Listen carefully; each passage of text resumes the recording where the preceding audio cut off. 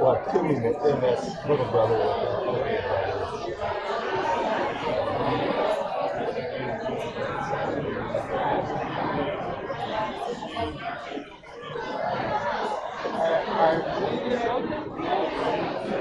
I am here to assist you as you lead the show. So if you want me to get you a water, check the technology. I can do a water that you can show.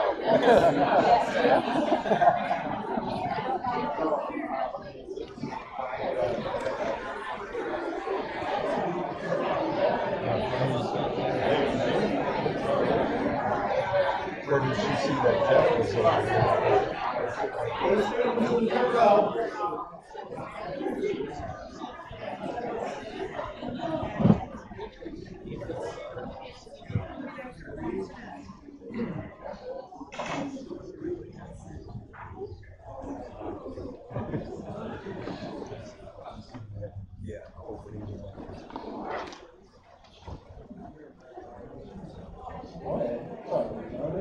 You have, yes, you have time.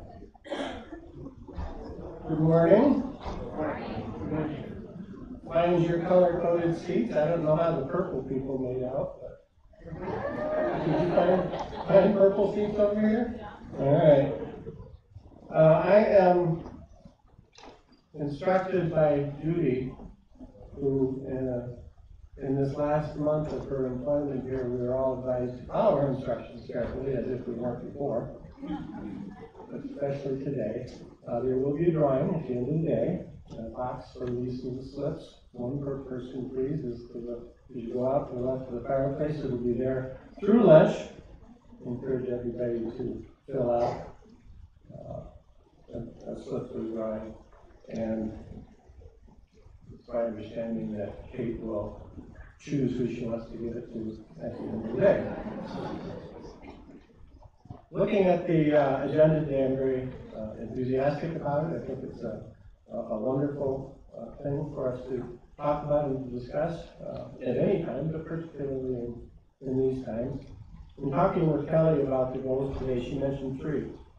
She hoped we might increase our knowledge, excuse me, what it means to be under-resourced, increase our awareness of how we can design and deliver our work to support our diverse student population, and increase our understanding of our own differences. With regard to the first, it seems safe to say that Nicolay, like other open enrollment institutions, ought to better understand under-resourced students than most, and I think we do. Meeting students where they are and helping them go farther than many of them even thought possible is what we do. It's not to say we're where we want to be. There's always room for improvement. But for us, serving under-resourced students is a strength, and building on that strength so we can serve even more students from all backgrounds and with almost any ambition is natural. Not so long ago, the design of higher education programs was pretty much one size fits all. Degrees mostly came in two flavors, 2 years or 4. They were built by stringing together several semesters, each composed of a bunch of credit hours. And if you couldn't do all the semesters in succession without interruption, or if you didn't have enough credit hours in any one of them, the obstacles to completion often proved insurmountable.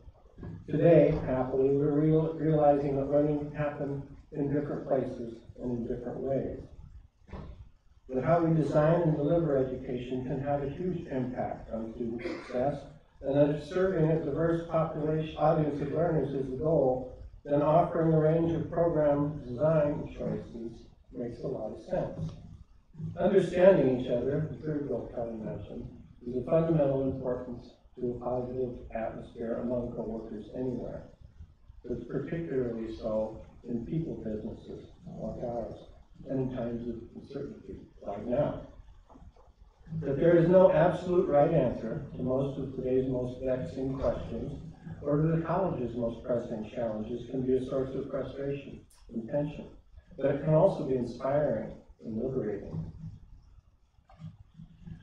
There is no prescribed rule book telling us how to transform lives, or to enrich communities, or to foster economic development. We have the freedom and the responsibility to invent better ways to support our mission. Toward the end of the month, I'll chair a panel at the annual meeting of the Western Cooperative for Educational Technology called Resilient, Resourceful, and Rural: America's Rural Community Colleges, a Lifeline to Many. As I began to prepare for this, it occurred to me that we probably don't adequately celebrate the uniquely important we do in and for our district each day. So this morning, I want to spend just a few minutes looking at equity and inclusion through a rural lens, a slightly different lens than we'll be discussing for the balance of the day. Let me be clear that my purpose is not to overlook other manifestations of inequity or barriers to inclusion. They're valid, they're troubling, and they inform us in useful ways, even as they try for resolution. And though our mission to transform lives through education is clear, we face challenges that are quite unknown to most colleges. Challenges that have little to do with the look of our campus or our training as educators, that have much to do with where we are. These are the penalties of being rural, and they're real. The USDA Economic Research Service classifies 467 counties across the country as low education counties. 4 out of 5 of them, 79%, are rural. An article in the Atlantic last year noted that of all high school graduates who head off to campus each fall across America, those from rural places do so in the lowest proportion. National Student Clearinghouse research data shows that 59% of rural high school graduates across all races and income levels go to college the subsequent fall, a lower rate in either urban or suburban cohorts. Closer to home, 23.8% of adults in Wisconsin's 7th congressional district, that's ours, have a bachelor's degree. In the 2nd congressional district, including Dane County, the number is nearly twice that, at 43.2%. The statewide mean is 37.8%, and all of the 6 of the counties we serve are below that mean. The household income in all of 6 counties we serve is also below the statewide mean, and that's not coincidental. Neither is the fact that half of the new jobs created in Wisconsin in the first 15 years of this century were created in Dane County. Statistics like this are important for a number of reasons, but in terms of relevance to our mission, it's the strong correlation between educational attainment within a community or region and virtually every measure of economic and social well-being that really drives home the need to reimagine higher education in terms of rural equity and inclusion. In a widely cited report called America's Divided Recovery, Haves and Have-Nots, the Georgetown University Center for Education in the Workforce found that those with at least some college education captured 11.5 million of the 11.6 million jobs created during the recovery in 2010 to 2016. The jobs are back, but they're not the same jobs as those that were lost during the recession. The center further says that by 2020, 65% of all jobs in the economy will require post-secondary training beyond high school. Simultaneously, the Lumina Foundation has committed to increasing the proportion of Americans with high-quality credentials, degrees, certificates, and other credentials beyond high school to 60% by 2025. Currently, that number in America is 45.8%. In cooperation with Lumina, the three Wisconsin higher education systems, that's us, the UW, and the private White Group, have launched a program called 60 Forward, an initiative to raise our post-secondary attainment among Wisconsin's 25 to 64-year-olds to 60% by 2027. But there's a problem. The number of high school graduates in Wisconsin is insufficient to make the 2027 goal, even if every one of them from this year forward earns a post-high school credential. The only way to make that 50% goal is to get some workers over 25 back in school. And as we said earlier, how education is built, designed, and delivered can have a huge impact on student success. So as we consider the needs and aspirations of a different audience, one that's more inclusive of adult learners, it isn't surprising to find that they can best be served by a different range of programs and program designs. That doesn't mean we need to rush out and add a bunch of new programs. And in some cases, new content is important. It does mean that we need to engineer more learner-centered flexibility into our programs, and into our support services, and into our administrative systems. Not only is being flexible a strategic necessity if we are to increase enrollment, but it's also a mission and values-driven imperative. We now have means to make high-quality post-secondary education more accessible across our district, and we can do it with far less disruption to people's lives. We are in a position to overcome the penalties of being rural, and in so doing, we will transform more lives and affirm the worth and dignity of more individuals than our founders could have imagined 50 years ago. Making the promise of higher education as real to our rural region as it has been elsewhere won't cure all of society's ills, but increasing the educational attainment in any population does bring about positive change, and increasing educational opportunity must precede increasing educational attainment. We are now in a position to lead that change right here in our own backyard, and for a college with as strong a local connection as ours, it's a really good place to be. Thank you.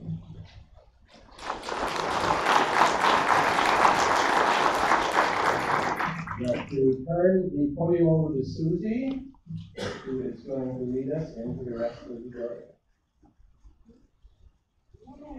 Doing pretty well for a bionic knee.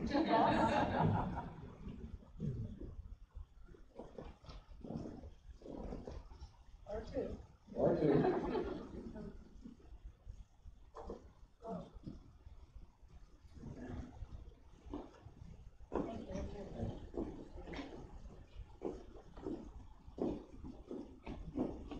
Hello, everybody. Can you hear me? Bonjour, Manin, Akia, Maria, Indigenous, Wike, Okia, Wetko.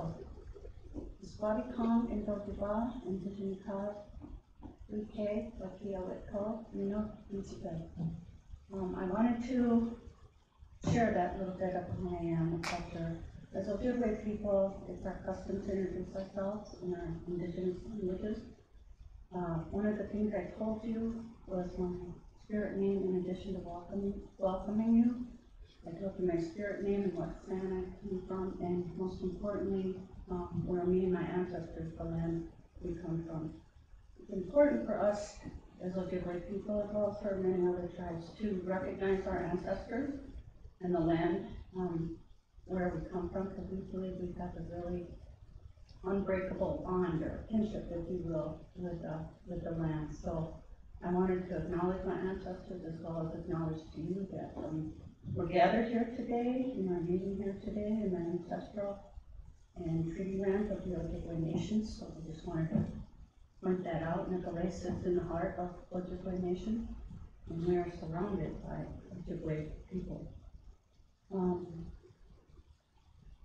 Before I go on to the agenda, I just wanted to share a little more and to acknowledge, first of all, that the topics and the conversations and teachings we'll be having today are and can be uncomfortable for some.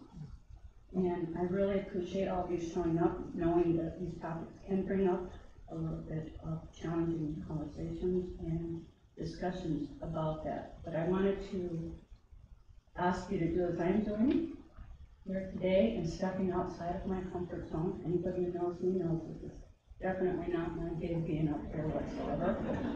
I'm not one of those gifted orators some of us have in our community, so I'm not that. But I'm here and I'm stepping out, and I really hope that all of you can do the same. One of the things I wanted to say as well is that you all received the agenda, and with that agenda it has some agreements for all of us to refer to and rely on today. Let's go look at some of those. That said, in keeping with today's agreement, they reminded me of our Mishomas, our 7 grandfather teachings as well. These teachings were given to us as a people to help ourselves and to help others to enhance their lives and to grow and support them in particular areas of their life. So in addition to those 4 readings, and we call this life, we call it Bimad Yizime. It's to live the good way of life. So in addition to those, I just wanted to share what those 7 teachings are. Respect, and that is to go easy or to be gentle with one another. To honor all of creation is to have respect. To show regard for the value of all persons or things with courteous consideration and appreciation. Truth, to speak only to the extent we have experienced. To be sincere in action of character and in utterance. Be faithful to fact and reality. Humility, to think lower of oneself in relation to all that sustains us. Reflect on how you present yourself. Express or offer in the spirit of deference and submission. Recognize the human need for balance and equality in all our lives. Bravery.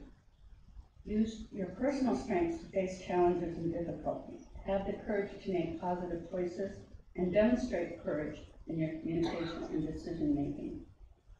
Bravery is to cultivate a good, solid, and strong heart. Honesty is to walk through life with integrity, is to truly know honesty. Accept and act on truth through straightforward and appropriate communication. Tell the truth, be truthful, and be trustworthy. Wisdom is to cherish knowledge and to seek greater knowledge is to know wisdom. Use sound judgment to discern inner qualities in relationships. Use good sense, have a good attitude, and help do your part today to shape a good course of action. And ultimately, love. Give unconditional love to all of creation.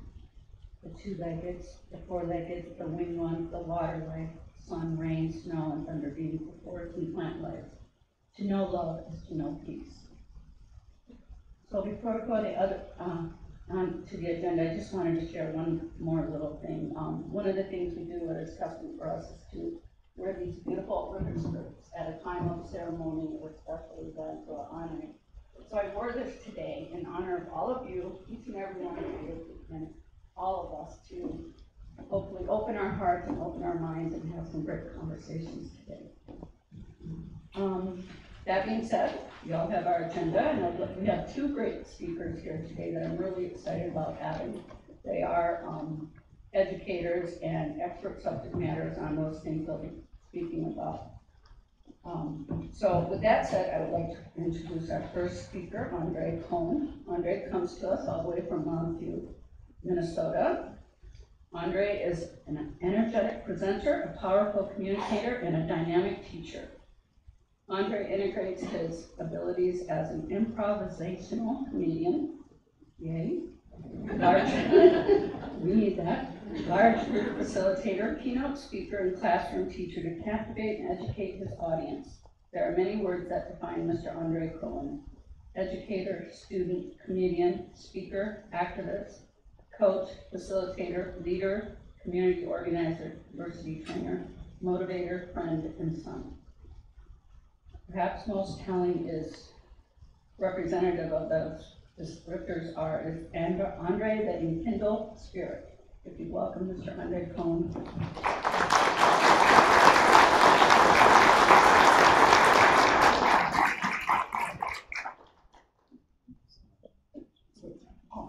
I'm going to see if I can get this wireless mic to work. Is that's possible? Yes, you think? You can do that. Test, test, test. Wonderful. I think you'll appreciate that more than me standing behind a podium. Because I am my father's son. So in 1968, my father graduated from high school, and something very profound happened in 1968, particularly in the spring of 1968, that changed the trajectory of my father's life. Can anyone imagine what that thing might have been? No, not me. 1968, he's a senior in high school. Vietnam is happening at that same time. The draft is happening at that same time. But there's one particular event that changes everything for my father. It's the assassination of Dr. Martin Luther King.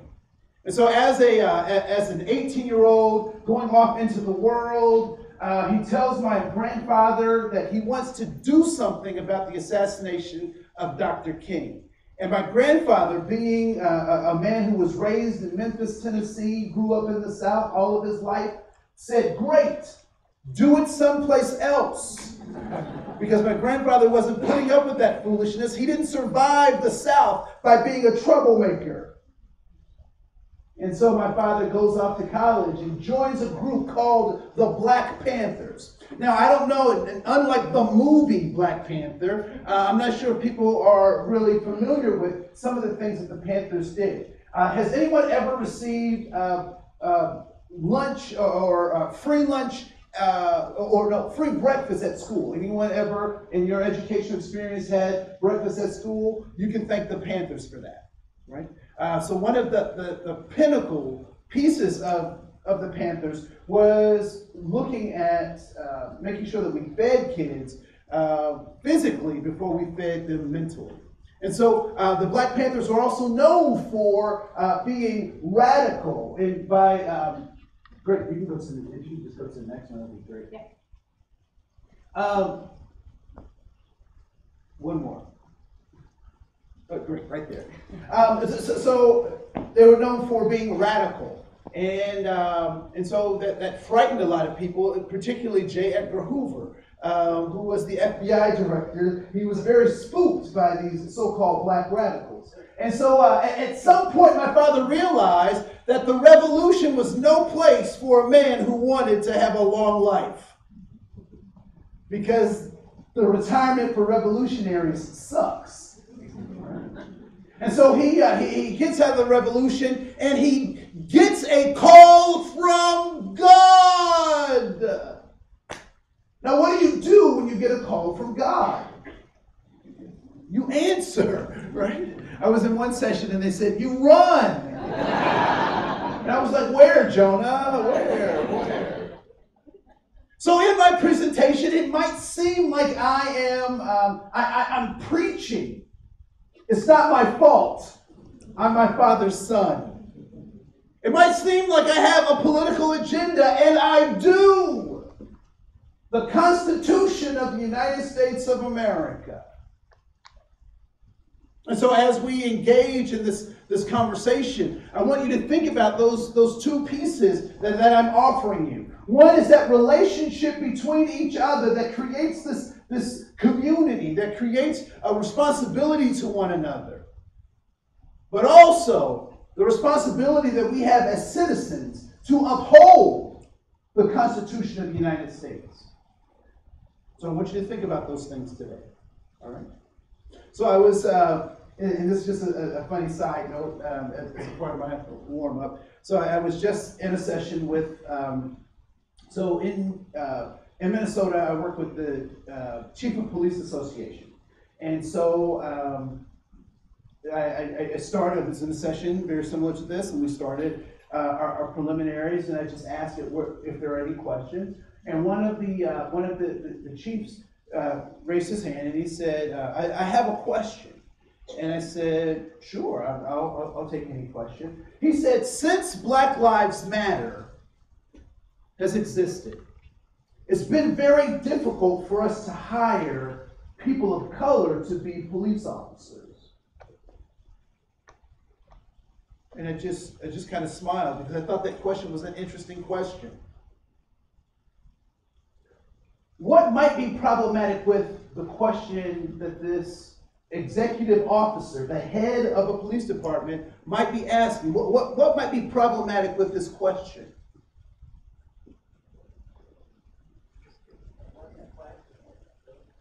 It was more of a statement than a question. Okay. Statistics might be problematic. As a librarian, I say, show me a citation. So you would say, show me a citation that says that this is a truism, right? So I looked at him, and so I also recognize that he has some pain in terms of he's trying to solve a problem. But until I can help him actually see what the problem is, he will never find an answer to that, right? So he asked me, he said, how do we, since Black Lives Matter? So I asked him a question. I said, did you have difficulties finding people of color to be on the police force before the murder of Michael Brown? And he said, yes. I said, did you have the same problem before the murder of Eric Gardner? Guess what his reply was? Yes.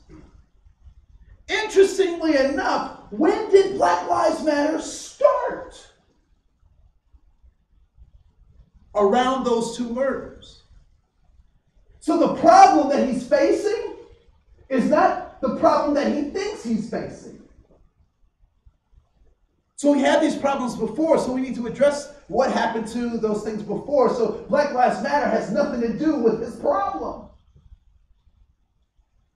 So the way he sees the world, the way he's thinking about the world is actually creating a problem for him.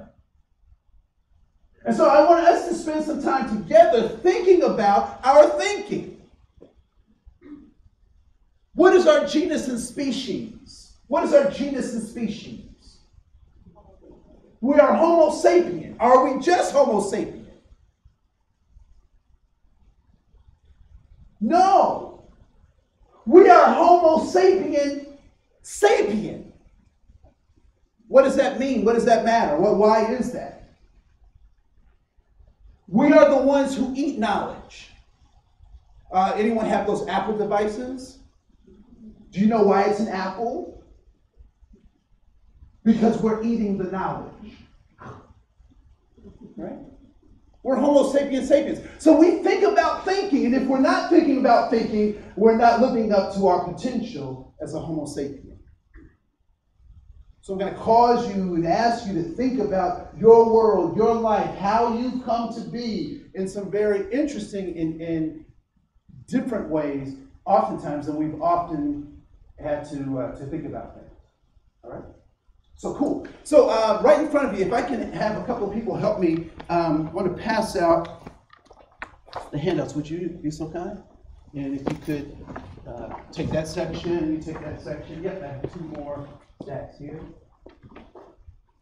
And you will, and hopefully everyone has a pencil or a pencil or something to write with, a pen, crayon, blood if you want. You can and there's a very technical way that we'll use this paper, and you will fold it hamburger hot dog.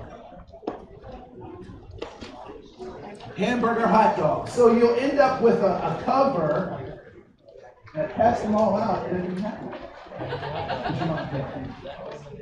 So you'll fold it this way. And then you'll fold it this way, and you'll have a cover that looks like this.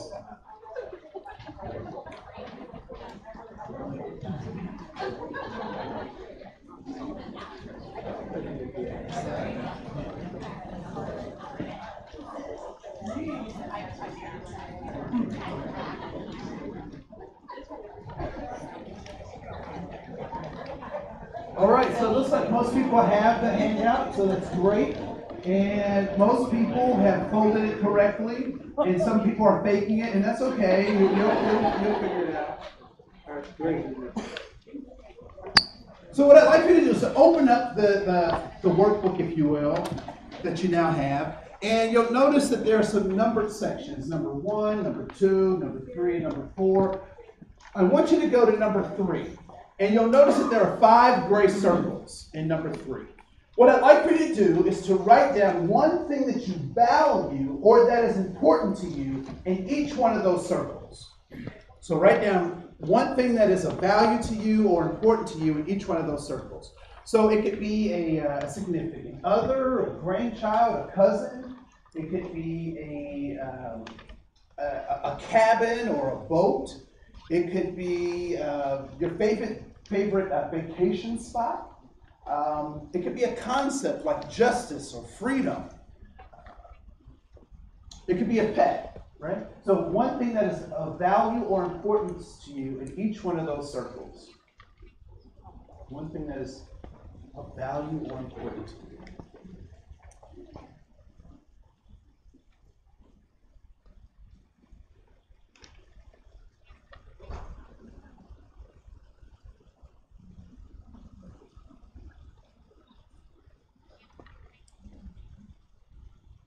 And quick word association works.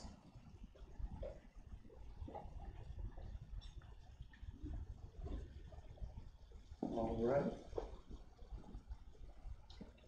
Looks like a lot of people have at least 4, if not all 5, so we'll go ahead and get started. What I'd like for you to do is I want to play a game, and the game is very simple. What I'd like for you to do is I want you to find 2 people for each one of the things that you wrote down on your paper, and I want you to find people who either agree that what you have on your paper is a good idea, or they have something similar on their paper. All right? So I want you to find 2 people. Now, once you found those individuals, I want them to put their signature next to the thing that they either have similar or say is a good idea that they like. All right? Any questions before we begin? You can have multiple people, so 2 for each means you'll have a minimum of how many signatures? A minimum of 10 signatures.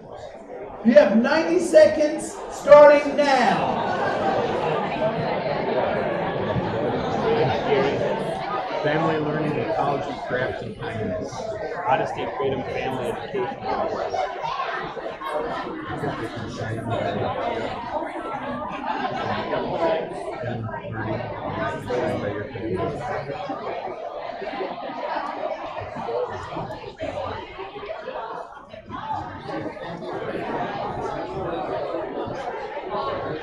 All the stuff you read, you can't read. 60 seconds.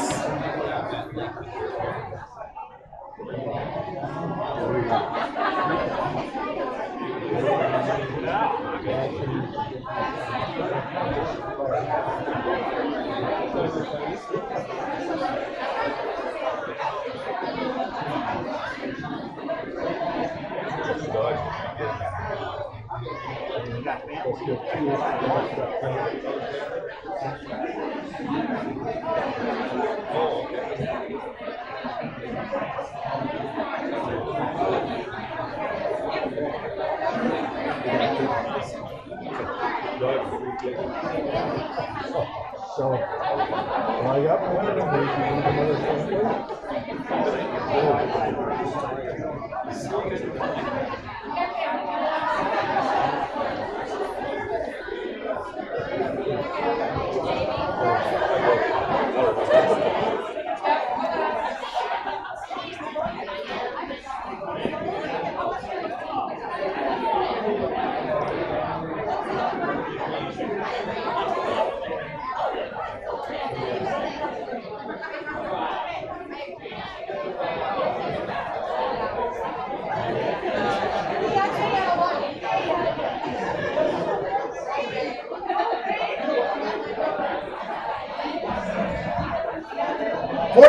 seconds.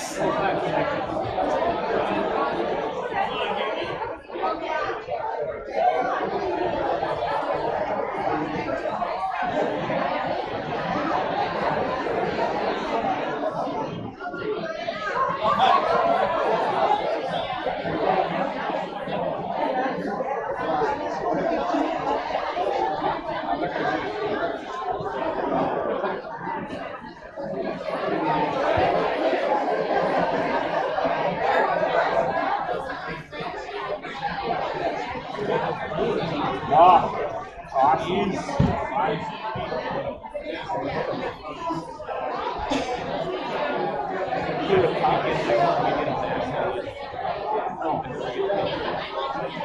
That would be the best. 10, 9, 8, 7, 6, 5, 4, 3, 2, 1. Game over. Get over here. Any Mortal Kombat folks? Any folks? Maybe it's just me.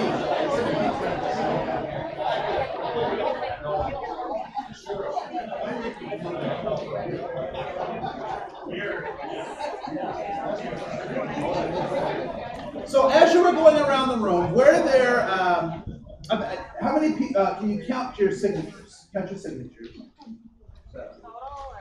Yeah, it's total signatures, count them all. So how many people were able to get 5 signatures? At least 5 signatures. All right, cool. 7 signatures. All right, cool. 9 signatures. Anyone able to get 10? Cool. Are there folks who were able to get more than 10? All right, shout out your numbers. 11, 12, 17, 19. Are you just saying that? I'm just going to be higher than the other person. Okay, cool. 19. Eric and I are competitive. Oh, you're competitive. All right. Wonderful. So it sounds like 19. Any more than 19? All right, cool. Let's give it up to the 19 competitive couple. All right. So as you were going around the room and you were looking at other people's papers, were there things you saw on other people's papers and you were like, man, why didn't I think of that? I should have wrote that thing down. What were some of those things you saw on other people's papers and said I should have wrote those things down? Yes. Laughter. Integrity. Loyalty. Honesty. Health. Forgiveness. Happiness. Students. Yeah, what are we here for, right? Yes. Life. Hope. Right? So lots of things you saw in other people's papers. And it's funny, back to your comment. So when I taught high school, I taught at a year-round high school. And so we would take breaks every 6-8 weeks or so, 2-week break here, or sometimes longer breaks, but year round. And we would say goofy things as teachers. We would say, without the students here, I can get so much done. Right? They are my job. Like if I'm, anyway. So cool. So there were things you saw in other people's papers that you said, I should have wrote those things down. Now, were there some things that you actually did not find anybody to sign on, or it was difficult to find people to sign on your thing? Was there anything? Yes. Sobriety. All right. Please raise your hand if you value sobriety, even if it's not yours or but it could be someone else's, and it wasn't written on your paper that you value sobriety. All right. Wonderful. Thank you. There was another hand over here. Yes. Fun. Please raise your hand if you value fun, even if it wasn't written on your paper. Yes. Knowledge and love. Knowledge and love. Raise your hand if you value those things, even though they weren't written on your paper. All right, cool. Yes. Freedom. Please raise your hand if you value freedom, even if it wasn't written on your paper. All right, cool. So what do you think is the objective of this particular activity? Why would I start a session with this particular activity? Yes. That we have very similar values and and important things in our lives. Why else might I have done it? Yes. Because we have diverse values and important things in our lives. So we also have diverse values or things that are different that are also important in our lives. So I want you to write this down someplace as a way to think about, or a framework to think about diversity, if you will. That it is the honoring and recognition of our commonalities and our differences. right? So it is a recognition and an acknowledgement of both our commonalities and our differences. All too often, I have participated in trainings that accentuate or focus on one of those aspects, but not the other. So if you don't recognize that I have brown skin and extra curly hair, and that may be different from you, you're missing an opportunity to learn something about me, and vice versa. So we are universally much alike as human beings. How many people have ever been hungry? Right? Yeah. How many people have ever had their heart broken? Right? So we know what it is to hunger after something. We know what it's like to have our heart broken, right? To yearn after something and not be able to have it, right? How many people have been the heartbreaker? Right? So those are human things. We know what that is, what that's like to be human. But we also recognize that there are ways in which we deal with those things that is very different because we come from different places. And we call that culture. Right? So there are cultural ways that I deal with being human that might be different from other people because I come from a different place.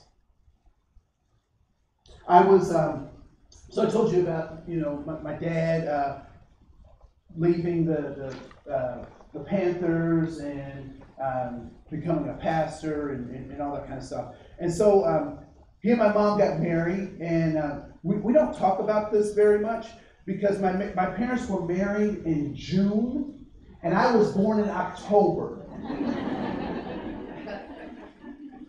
We don't talk about that, right? But when I was born in the 70s, so there were some very strange things that happened in the 70s. It was just an interesting time in the world. And just interesting things. So I'm born, and so the doctor does something very bizarre in the 70s. And he turns me upside down and he slaps me. So what do you think I do? What is my response to that? No, I slap him back. Actually, that's an old Richard Pryor joke and probably the only one I can tell.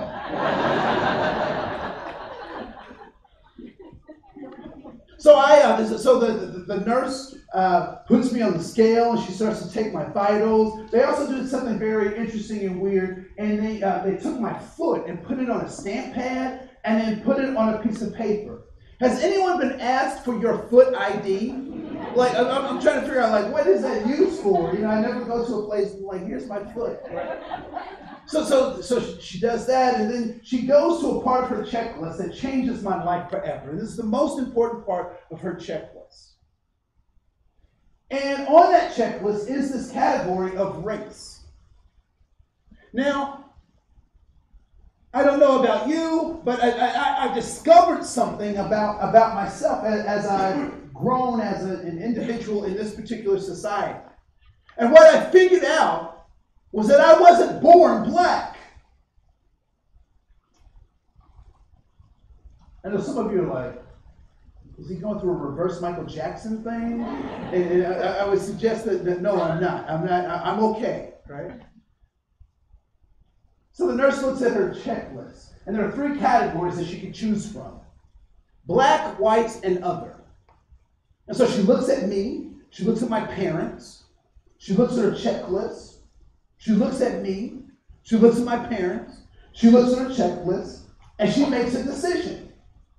And what do you think her decision is?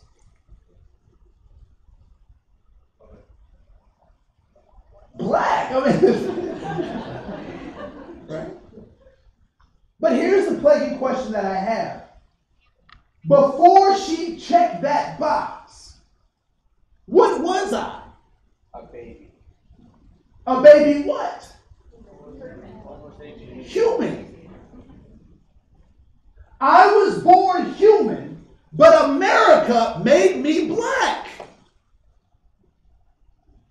If I was born in Haiti or the Dominican Republic, if I was born in South Africa, if I was born in Brazil, I would be something different than what America has made me. I want you to ponder this just for a second. There are no Hispanics in Mexico. There are no Hispanics in Cuba. There are no Hispanics in Spain.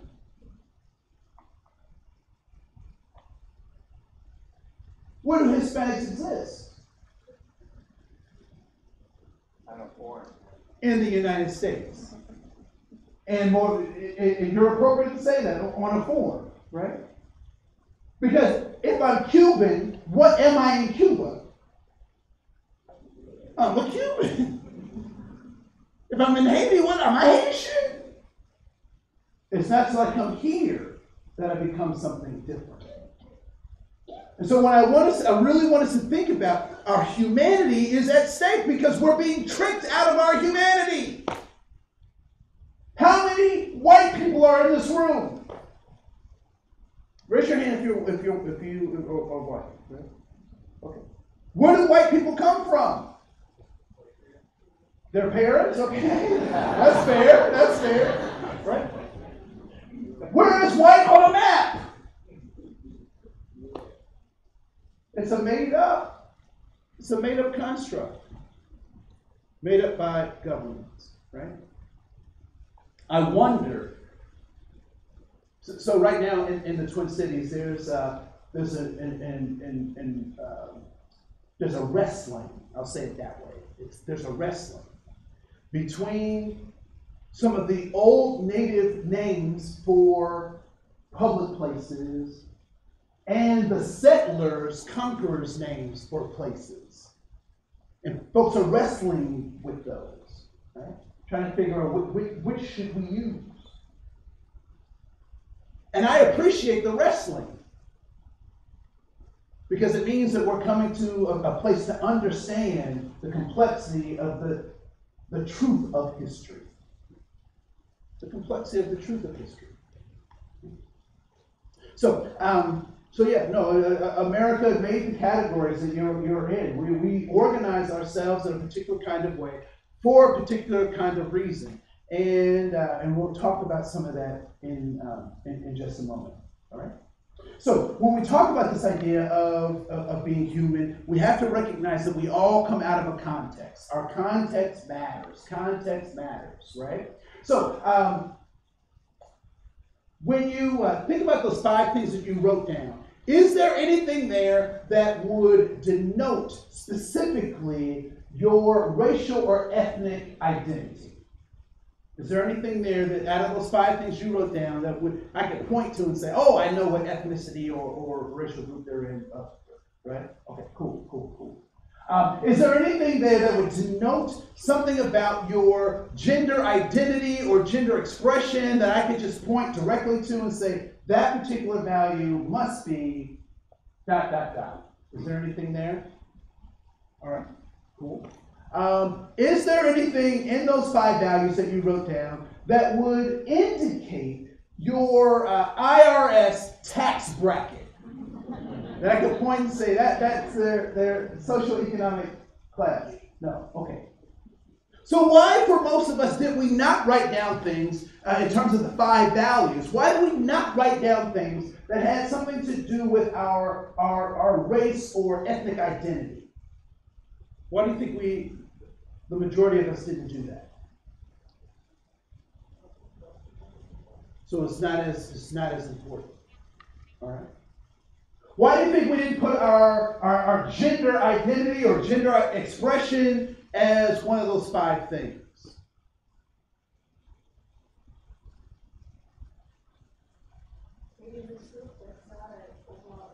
Maybe it's not an overall issue. All right. What about our socioeconomic status? Why did that not come up as a salient thing? I'll let you off the hook on all of those because you're smart. That's why those things didn't come up. You're smart.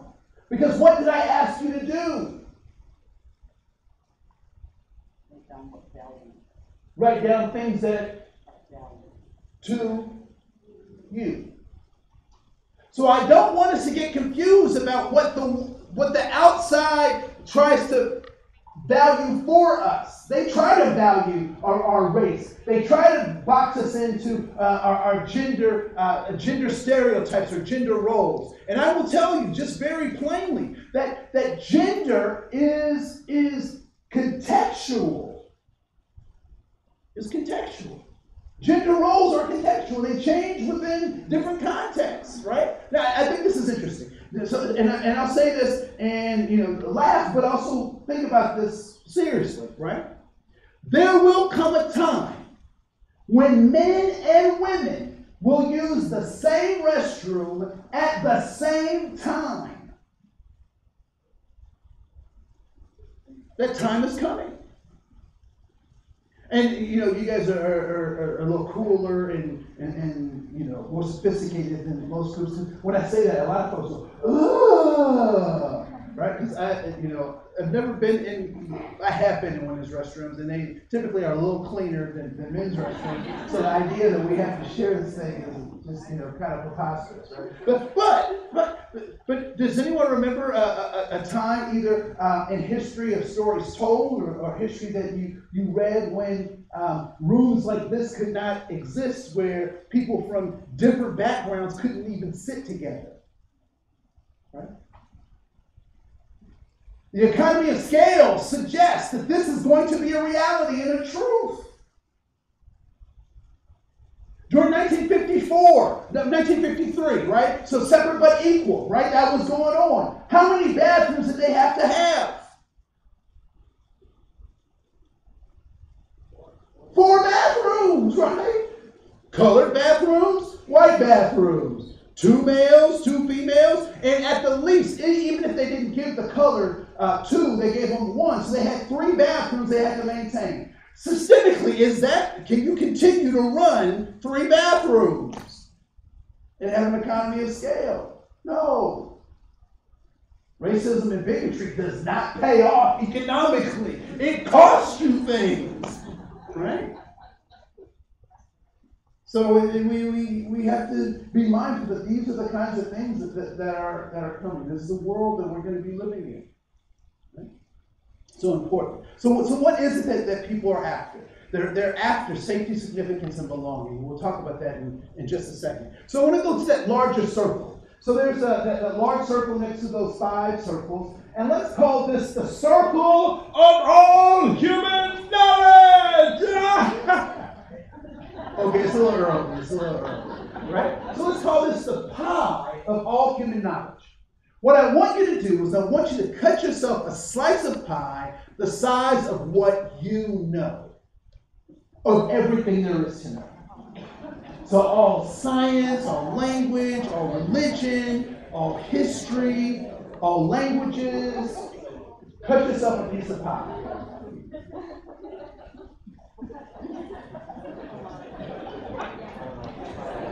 All right. So what are 3 things that are contained in that piece of pie for you? What do you know for sure? I just need 3.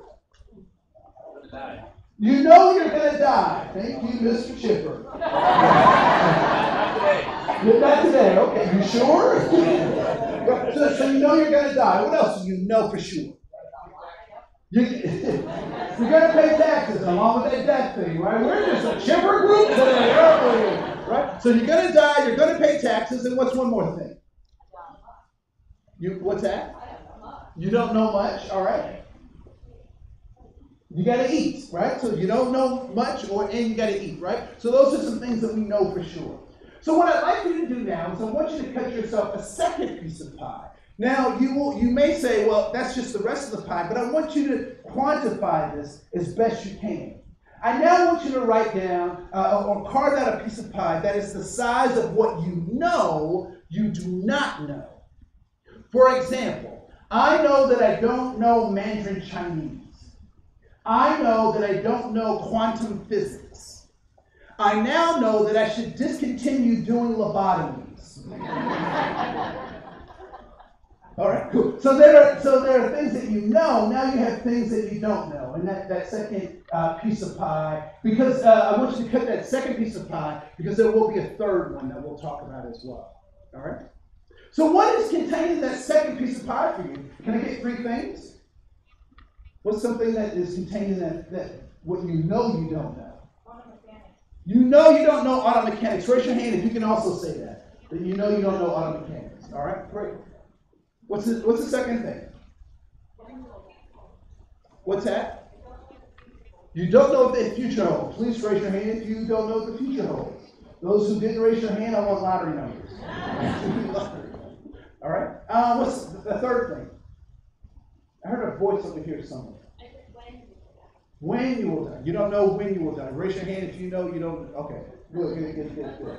All right. So we have what we know, we have what we know we don't know, and we have a third piece of pie. And what do you think that third piece of pie is? What you don't know, or your blind spot. If you could just write the words blind spot in that third piece of pie. All right? So we have what we know, we have what we know we don't know, we have our blind spots. If we combine the three of those things, or if we look at that whole circle, we might refer to that circle as our paradigm. So if you can write the word paradigm next to that circle, Paradigm. I used to say paradigm. I was hooked on phonics. It worked for me. Right? Paradigm. And a paradigm is simply the way you see the world. So you hear people talking about paradigm shifts, right? So what they're suggesting is that there are ways that we need to see the world differently. All right? So we all have a paradigm. Now, as you look at your paradigm, what might be the most problematic or challenging about the paradigm you have? What about the blind spot? It's huge. You have a huge blind spot, right? Now, whose responsibility was it to introduce you or give you your first set of paradigms? Whose responsibility was that? Your parents, your family, your guardians, the people who raised you. Now, where did they get their paradigms? From their parents, right? And where did they get their paradigms? So it's a gift that keeps on giving. Right? Now, has anyone ever received a copy of a copy of a copy of a copy? How is that fifth or sixth version of that copy different from the original? Sometimes it's faded. What else?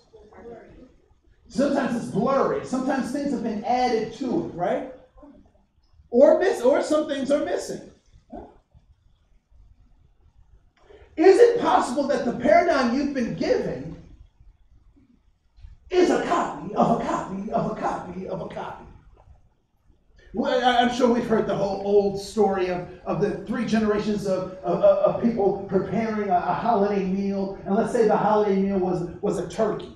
And so the mother in the situation is cutting this turkey in half, and her daughter is just mortified by the butchery of this turkey, and says, "Mom, why are you doing this?" And the mother says, I'm doing this because the flavor, and she comes up with all these reasons, and the daughter's not buying it, and so she continues to press the mother, and the mother in frustration says, "Well, go ask your grandmother." And so the daughter goes and asks the grandmother and says, "Grandmother, why is Mom cutting the turkey?" And the grandmother says, "Your mom's not cutting the turkey in half, is she?" She said, "Yeah, she's cutting the turkey in half." And the granddaughter says, "Grandmother, why is she cutting the turkey in half?" And the grandmother looks at the granddaughter and says, "Because I did it." Now the granddaughter's really confused. And so she goes to the grandmother again and says, "Why did you cut the turkey in half?" And she said, "Baby, that's the only way it could fit in my oven." Is it possible that there are things, worldviews that we have that are faulty? That may have served a previous generation, but do us no good? Brazil nuts.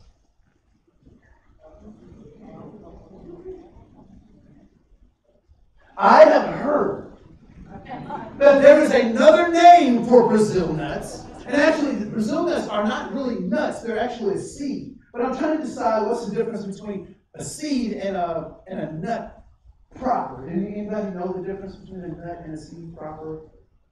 Because a peanut is a peanut, but is that really a nut or is that a seed? I don't know, right? But there's another name for that.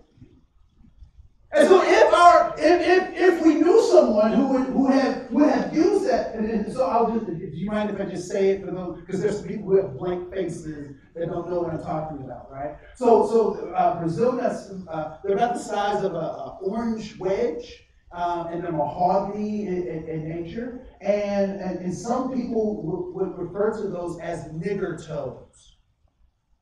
I don't know if they were podiatrists or how they, right? Because my family never called them. Anyway, so what do we do when we hear people try to say that or use that as a term? What do we kindly and gently say to them? Yeah, we don't call them that anymore, right? We may say, loved one, don't do that, right? Why? Because we're in a different time. Did they do that in their time? Were they the person who created that term? I would probably suggest no, but enough people did it that they thought it was acceptable. But now we're in a different time, and we don't think that that's acceptable, do we? So could it be that our paradigm, how we've been raised, could be limiting our ability to be effective with our students? Now, I would hope that you would use this in your personal life and you develop better relationships because of this. But ultimately, what I want you to do is to be able to be effective in those classrooms with those students. We are providing a service that is life-changing. They can take everything away from me, but they can't take the degrees that I've earned. There's a line exercise that is often done in particularly college settings, and I always think that is an interesting choice, where someone they will take a step forward if they have some kind of advantage or privilege, or they'll take a step back and that kind of thing. Anybody seen? I think there was a video that went viral around that, right? So I used to do that exercise until I started teaching my college classes. And the exercise was pertinent until I got to college and I was teaching my college classes. And why do you think I might stop? Why did I have hesitations in doing that excellent exercise when I was in my college classes teaching?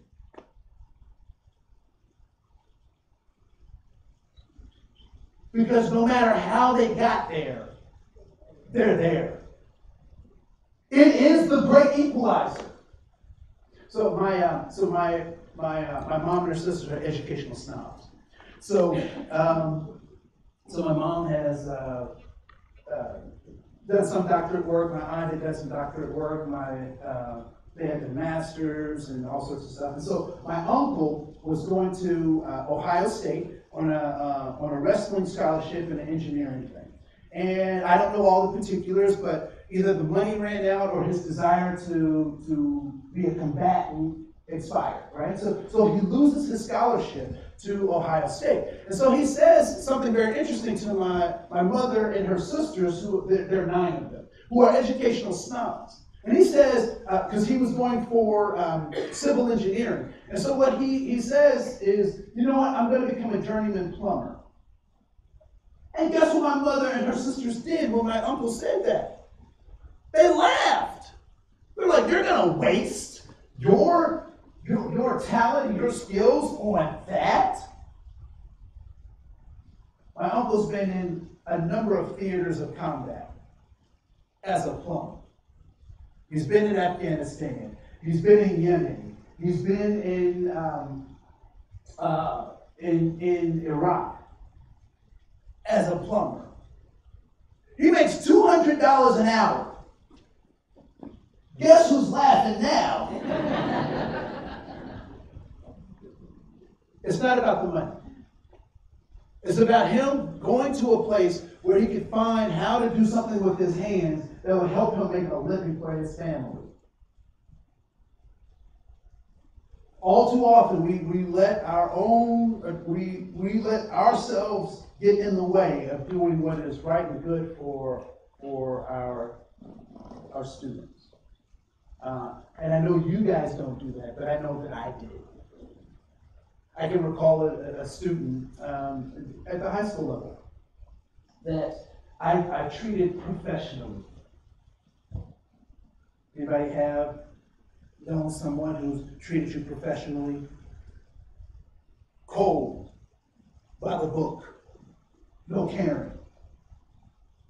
And she broke my heart because I treated her professionally. I didn't care for her. I didn't have any vested interest in her future. I changed by the time she left, but she wouldn't have had any idea that I had changed, right? Years later, she writes me a letter. Dear Mr. K, I want to thank you for being such a great teacher. When you said ... and I don't remember saying these things to her because I was being professional.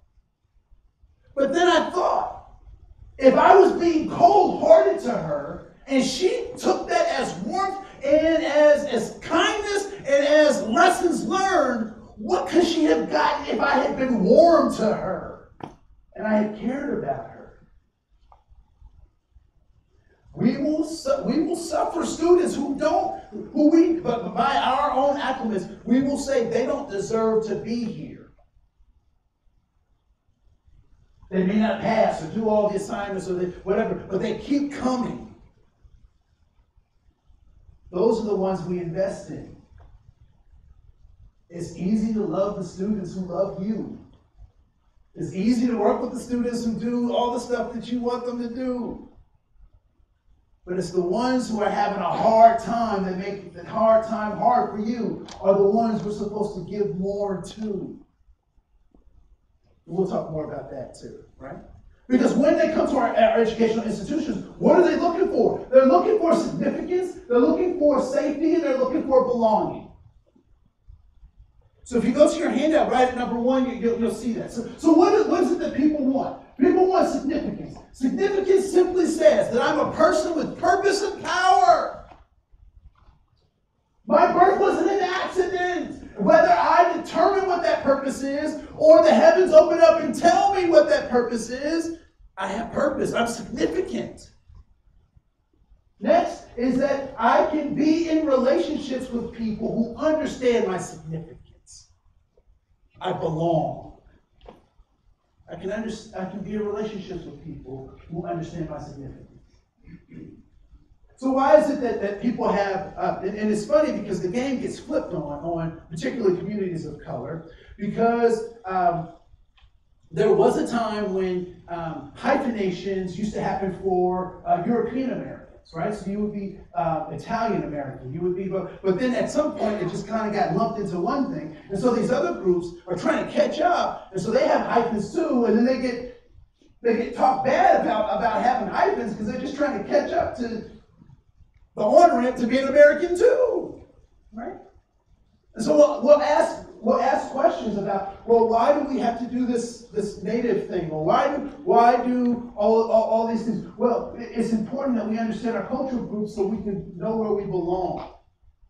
We can recognize our significance. One of the biggest tragedies that I think is happening is the inability for white people to participate in diversity conversations. I remember a freshman class I was working with at the university, and I asked a simple question. I said, tell me about your culture. And so my African American kids came up with stuff, right? My Hispanic kids came up with stuff. My Hmong kids had lots of stuff to say. My Native students had something to say. And then my white students said, I'm American. And I said, yes, we all are. But I want to know something about your culture. And they had a difficult time figuring it out until I started talking about what's the lace cookie with the iron and you put the rosettes, right? We started talking about rosettes, and they were like, yes, that is my culture. That's what my grandmother does. And we talked about, I don't know, on this side of the river, if we do a lot of lepsa. Did we do lepsa over here? Okay, yeah, lots of lepsa. And lutefisk, right? I know there are a lot more Germans over here than Swedes, so I'm not sure what all the Germans, but you acclimate, right? Yeah, so a sense of belonging. And then lastly, we want to be physically, emotionally, spiritually safe to be in relationships with people who understand our significance. That's what we're all after. Why do kids join gangs? They're looking for one of those three things, right? Why are students coming to us? Because they believe that through the education process, they can attain a combination of those things, right? So here's some just general truths about human behavior to just think about as you're interacting with your students. One is that humans can learn, change, and grow, even if we don't see evidence of it. We don't have to see evidence. As a matter of fact, we will get frustrated waiting on the evidence.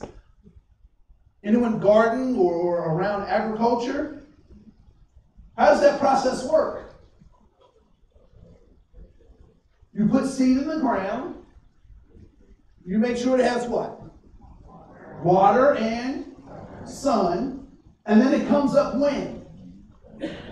When it wants to, when it's ready, right?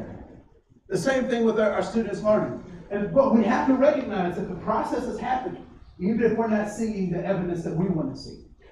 People do what they think works, even when what? Even when it doesn't work. But the mystery is to understand why they're doing it in the first place. So if a student has a set of behaviors that are not effective, and they keep doing those behaviors, why do you think they're doing those behaviors?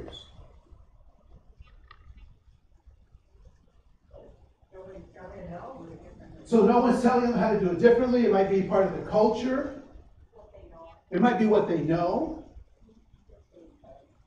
So has anyone ever seen a kid fall out in the store? You might have seen my kid fall out in the store, right? Throwing a tantrum, right?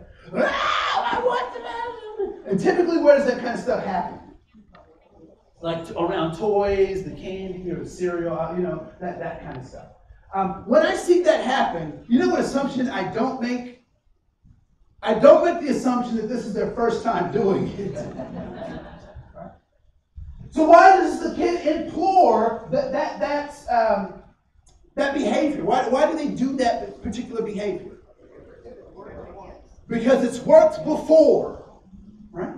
So all human behavior is also goal-directed. So people do what they think works because it's worked in the past. When will behaviors change? When the person realizes that it's no longer effective. All right? And then all human behavior is goal-directed, and those are the directions of that behavior. And attitude is a reaction to a goal. And so one of the things we can't succumb to is the animation of attitude. And so what I would suggest to you is to not get caught up in the theatrics of attitude, but actually recognize that attitude is goal-oriented.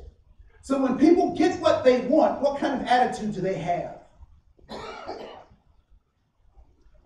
When you get what you want, what kind of attitude do you have? A good attitude, right?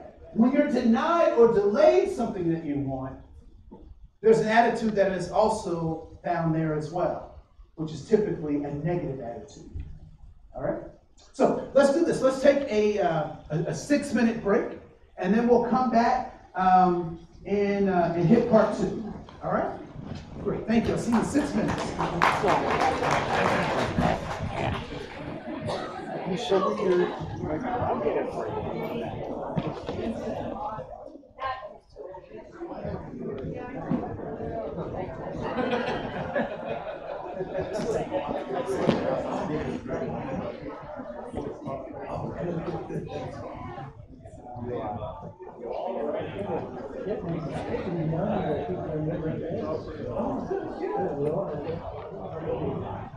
How many times you saw recognize?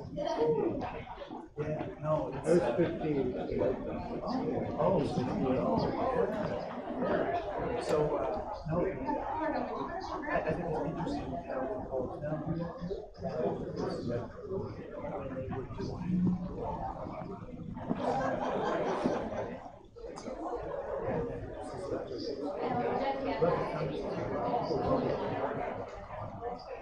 Great job. just really happy that we're trying to do something like that next week. Something strange starts actually reading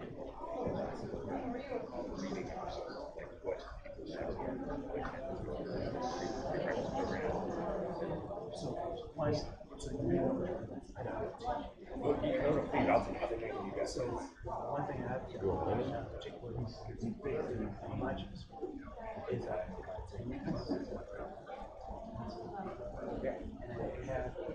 Except there's one that's just like what I don't get it as listening to this is the first time I've right.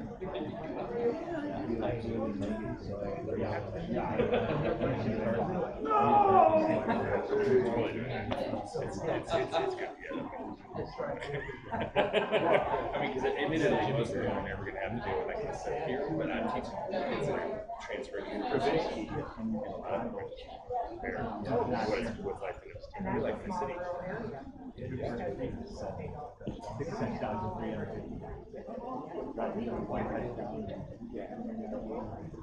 Like something's not right. Something's not right. The good news is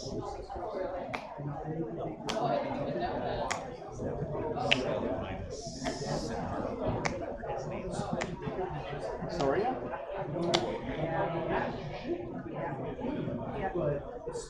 My grandmother. I'm surprised they use theater at the end. Well, yeah, but usually they use the 6, 7 Whatever one came right after. My dad's mom was crazy happy. At first, she found out he was American Mexican. But then it changed because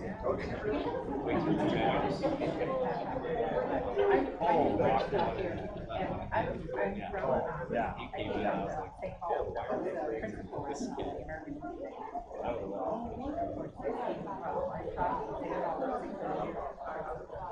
Well, some of it could be they're trying to figure out. You know, the mother can bring that back to the work. You just have to or, you know, that's kind of She didn't get any better than that.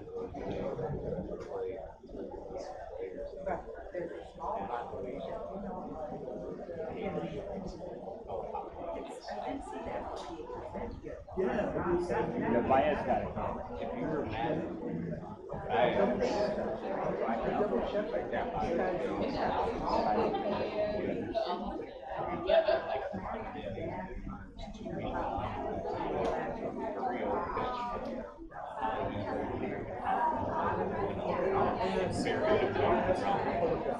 is take a walk and have Rizzo coming up, which hits a home run.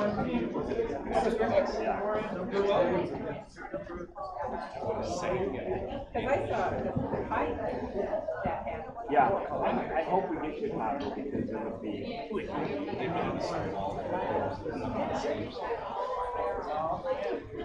I don't really want to. Yeah, no, it was because they're hot outside of you. Maybe I'll print something.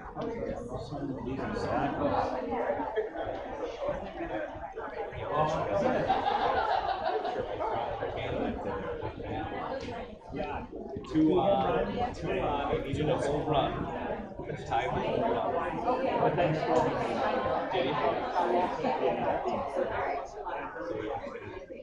he had the RBI.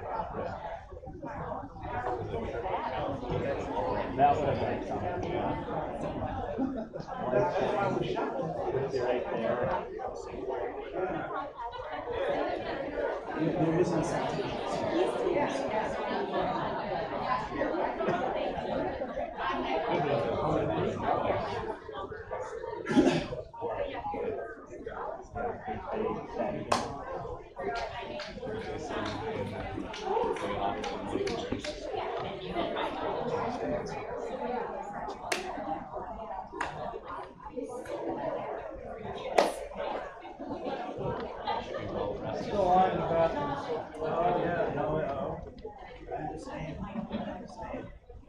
So there's a, I don't know, at the new Saints Stadium. So there's a semi-pro. Majority of the time. That was amazing. So just go to the stadium. And they did something very interesting. They built 2 women's restrooms every morning. Reruns now. Yep, so they get women in and out. Guys.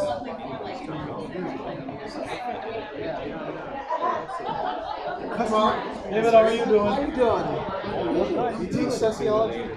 I did. I'm a sociologist. So when you're watching say Came out of nowhere. Yeah. Like the last month and a half. yeah, and Gone at some point.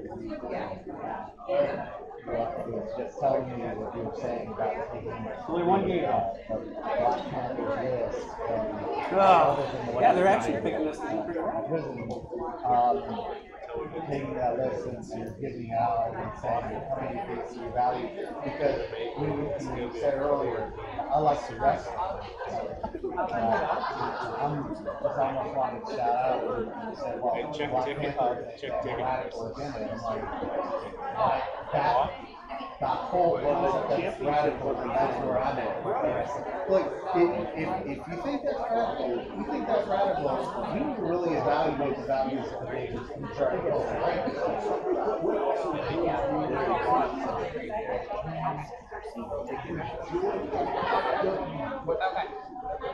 I don't know. I go to one. I don't know if it's ever happened. It only happens every. Yeah, we're so far off the rails. For the year. We're so high. Brendan is going to be a player guide on high $300 for 30 years. 46%. Is that what they are? For the first So she was one of the players. Oh, this one. Yeah, no, we wish. But yeah, no, so that's, it's all But it should be cool. I think we're going away. yeah. We're gonna have a Cubs or the Rockies. Or Cubs. Question for you or maybe Craig or somebody. So you have a student okay. Does he make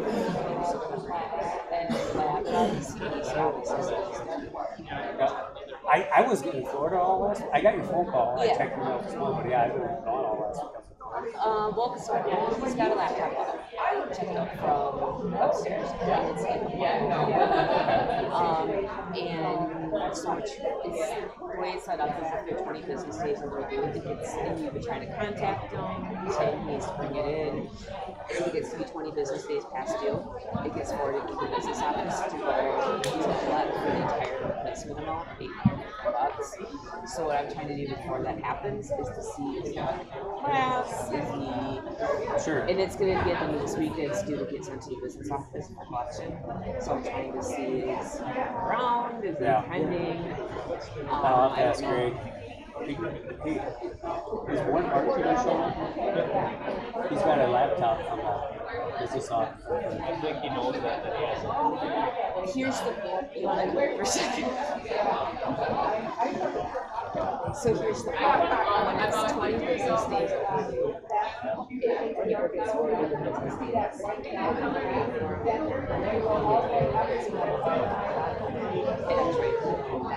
Which is why I'm talking to you guys before we do that. He needs to stop upstairs by the office. It's like, it was like, so, I know he's talking. yeah, but he needs to stop up there by like, well, and that's why it needs to be paperwork service at the end of this week, and I want to try to fit that.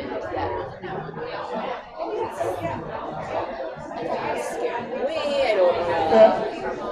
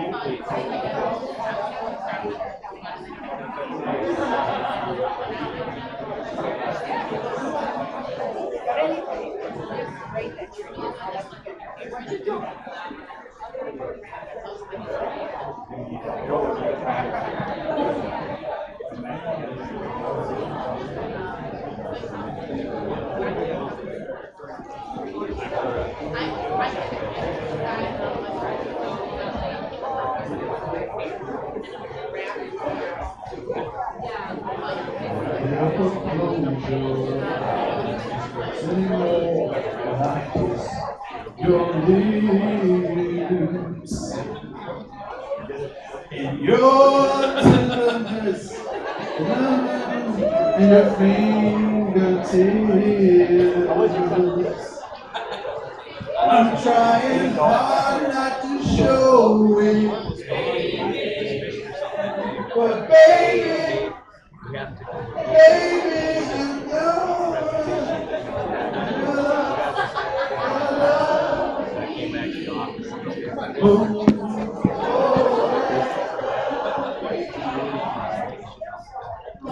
You lost that.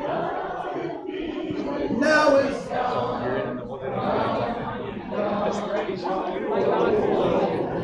all right. Good.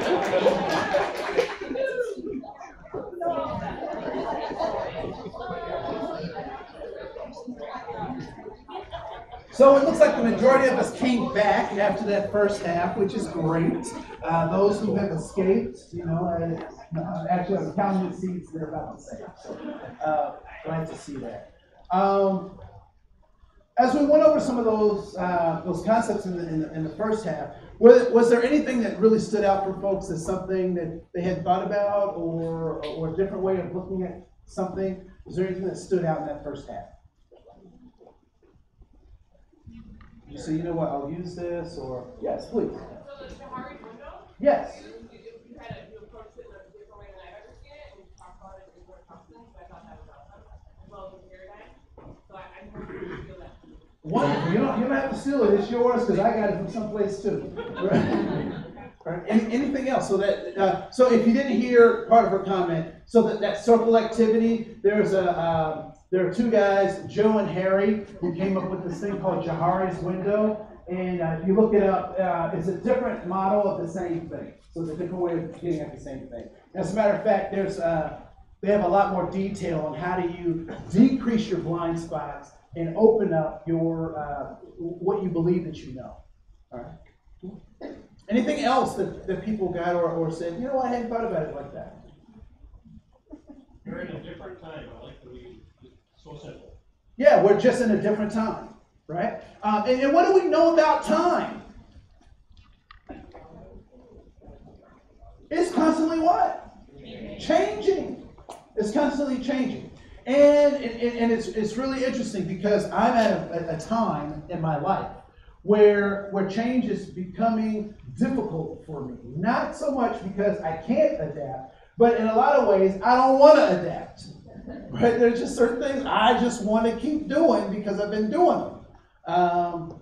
But if I want to become relevant and actionable, I need to hold on to my old ways as I learn new ways of doing things. Right? So my daughter, who's out there somewhere with my wife, just talking about these changing times, right? So we're at a place called Baker Square. I don't know if you've ever gone to that. It's a restaurant place or whatever. So we're at Baker Square, and she's getting bored being there. And so she says this, "Okay, Google, play Octonauts in the living room." We're at Baker Square. She was 3 at the time, right? What was she trying to do? Okay, so I'll tell you how much times have changed. My daughter can talk to the internet. It will talk back to her and do what she told it to do. Anybody remember pre-Windows green screens, right? That's what yeah. So we're certainly different times. So I talk to the internet too. That's how I got here. Cool. One thing that I did remiss, I would be remiss if I didn't have us think about this, and I want you to think about this critically. So I walk into this room with privilege. And with a certain degree of power. Right? So I have degrees after my last name, which is part of the reason I was asked to come. Right? I'm accomplished in some things. I'm 6'2". I am a cisgendered male, which means that my gender identity and my biology match, right, in a very kind of stereotypical male kind of way, although I'm on a spectrum. Right? I'm married. I'm a conservative Christian. I'm not sure if I'm lower middle class or upper lower class. I'm not sure why I'm in there somewhere, right? And so all of those things give me privilege and power. Simultaneously, I have to recognize my own privilege and power, because if I don't, I'll try to apply my privilege and power to other people and use it as a weapon against them. Why aren't you doing what I've been able to do? Well, maybe they don't have the same kind of privilege and power that I have. I'm holding you to these standards and these standards, but have they been taught about what those standards are? And are they valuable where they come from? Right? As much as I have privilege and power, I also want you to think about what is your privilege and power. What is it that gives you the opportunity to operate or walk through the world and get things done the way you want? And are there contents, places where your privilege and power won't get you stuff? Where it won't work? I guarantee you that in my own community, where I grew up, I have privilege and power there if you come visit. I know the ins and outs. I know how to operate there. Simultaneously, if you took me into your spaces, I might not have the same level of privilege and power in your space. So we have to be mindful of our own privilege and power and recognize that it has some limits. And what are those limits? And how do we use that privilege and power for good and not for evil? Right? So, as Uncle Ben Parker would say, with great power comes great responsibility. All right. It's actually Stan Lee who said it. So, does anyone? So I'm old enough to have taken family photos where you had to wait for the photos. So growing up, there was a place called Olin Mills Studio that we would go to and take these family photos. For those of you who aren't familiar with that, it would be like a Sears or JCPenney's portrait studio kind of stuff, or maybe school pictures, if you will. And the interesting thing about Olin Mills is they tried to keep up with the times, but they ultimately couldn't, right? Technology advanced so much, put them out of business. But towards the tail end, they did some like really strange things. Like they had us take a family photo where we're all facing the camera, and then they would have us take another photo where we're like looking off into the thing. And so they didn't make you choose between the two. They put the two pictures together in one, right? So it was like some kind of psychedelic, it's like, what are they looking at? Like, what's going on? So just weird stuff. But I oftentimes imagine what it would be like. So back in those days, you took a picture, then you had to wait. So when the picture came back, who did you first look for when the picture came back? You look for yourself, right? Because you want to critique how you were in that moment. You're like, oh, I shouldn't have, or I should have, or some of us had those fans in the front of our head, lots of Aquanet and all sorts of stuff, right? So you look for yourself. Now, what would happen if one of those pictures came back and you knew you were there and everybody else knew you were there, but you're not there? You're not in the picture. Like maybe your face is blurred out, or something where you're not clear in the picture, but everybody else is. What would be your first thought? What would be your first thought if that happened? That you want to retake the picture? The moment's passed, so that's not going to happen. But what would you think? Why would you want to retake the picture, first of all? Because you feel left out. How many people would say it was some kind of technical difficulty? Right? You would say, they must have messed up in the lab, something happened, or whatever. That's the first place I would go. But what would happen if that continued to happen year after year after year after year? What would you then start to believe? That they're doing it on purpose. I'm showing up to this thing, but I'm not in the picture. They must be doing this on purpose. And after a while, what would you say to people who want to take your picture? Don't take my picture. Why? I don't take good pictures. I'm not good at pictures. So you've taken an outside thing, and now you've made it personal, and now you're claiming the thing that was problematic in the first place. When we talk about social justice, and I want to be real clear about how we need to talk about this, because people will try to trick us into something. They'll try to tell us that this is some leftist soft thing that we need to, that the left is trying to drive, this idea of social justice. What I want to say to you is that social justice is American. Social justice is making sure that people are back in the picture. We, the people of the United States, in order to form a more perfect union, establish justice, ensure domestic tranquility, provide for the common defense, secure the blessings of liberty to ourselves and our posterity, do ordain and establish this Constitution for the United States of America. We hold these truths to be self-evident, that all men are created equal, that they are endowed by their Creator with certain inalienable rights, that among these are life, liberty, and the pursuit of happiness. Wonderful words! Anybody get warm and fuzzy when you hear those? Because I do. Wonderful words. Wonderful, beautiful picture. But as these words are being coined, what is also simultaneously happening?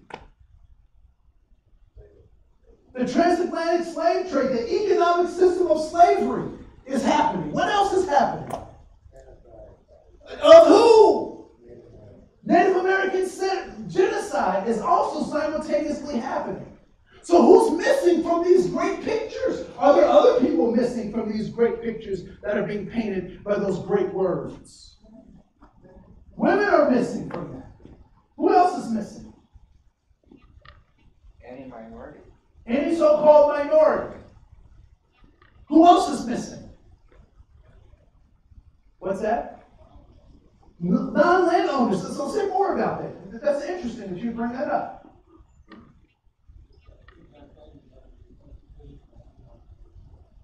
So to be a part of this system, you had to be a landowner.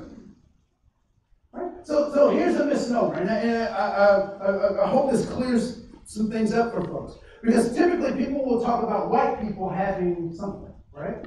And under this system, was that system designed for white people? It was not designed for white people. It was designed for educated, wealthy landowners. Was that the majority or the minority of white people in America at that time? It was a minority.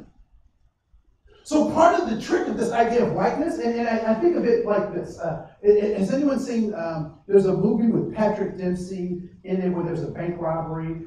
There's a similar theme in one of the Spike Lee movies, The Inside Man. Anyone seen that? So here's the trick about that movie. Now I'll just spoil it for you so you don't have to see, But you'll want to see how it plays out, right? So there's a bank robbery.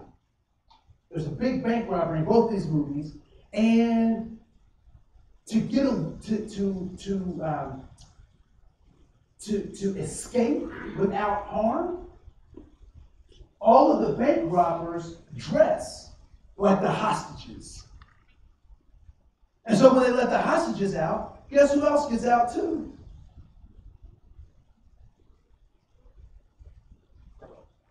Whiteness is very much the same way.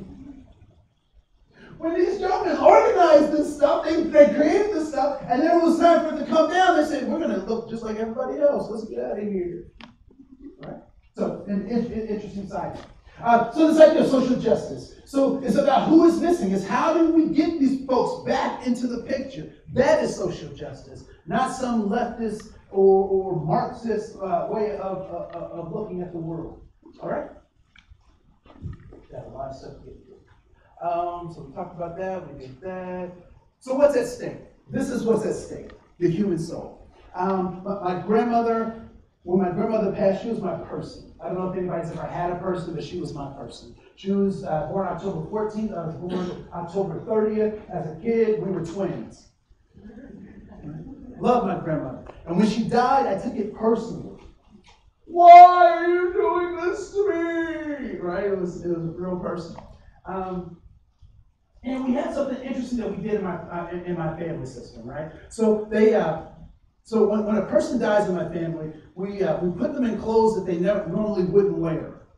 And they put makeup and a wig on my grandmother that she would not normally wear, because apparently they don't want her to look like she did when she was alive. Right? And so they put her on display, and so people would come up to my grandmother and they would say things to her, and some people would pass a note. And then you always have that one family member who wants to touch the dead body. But I'm like, you're not touching grandma dead because she didn't want you touching her while she was alive, right? So you got all that stuff going on. And as this is happening, how is my grandmother responding to all of this? She's not. And I'm glad, right? That'd be scary.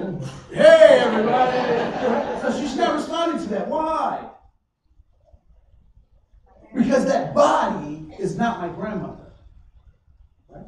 So later we go to her house, and we have something called the repast dinner. People would make food, and you don't eat everybody's food, just a side note.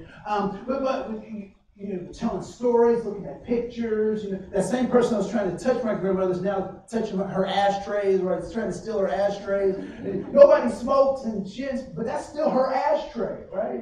Just don't touch grandma's ashtray. And so we have all this stuff, and it feels like my grandmother is there, but her spirit in that room can't animate anything. And so when we talk about the human soul, the body and the spirit, when they're connected, they create the soul. So what is the most valuable, non-renewable resource on the planet? Your soul. You.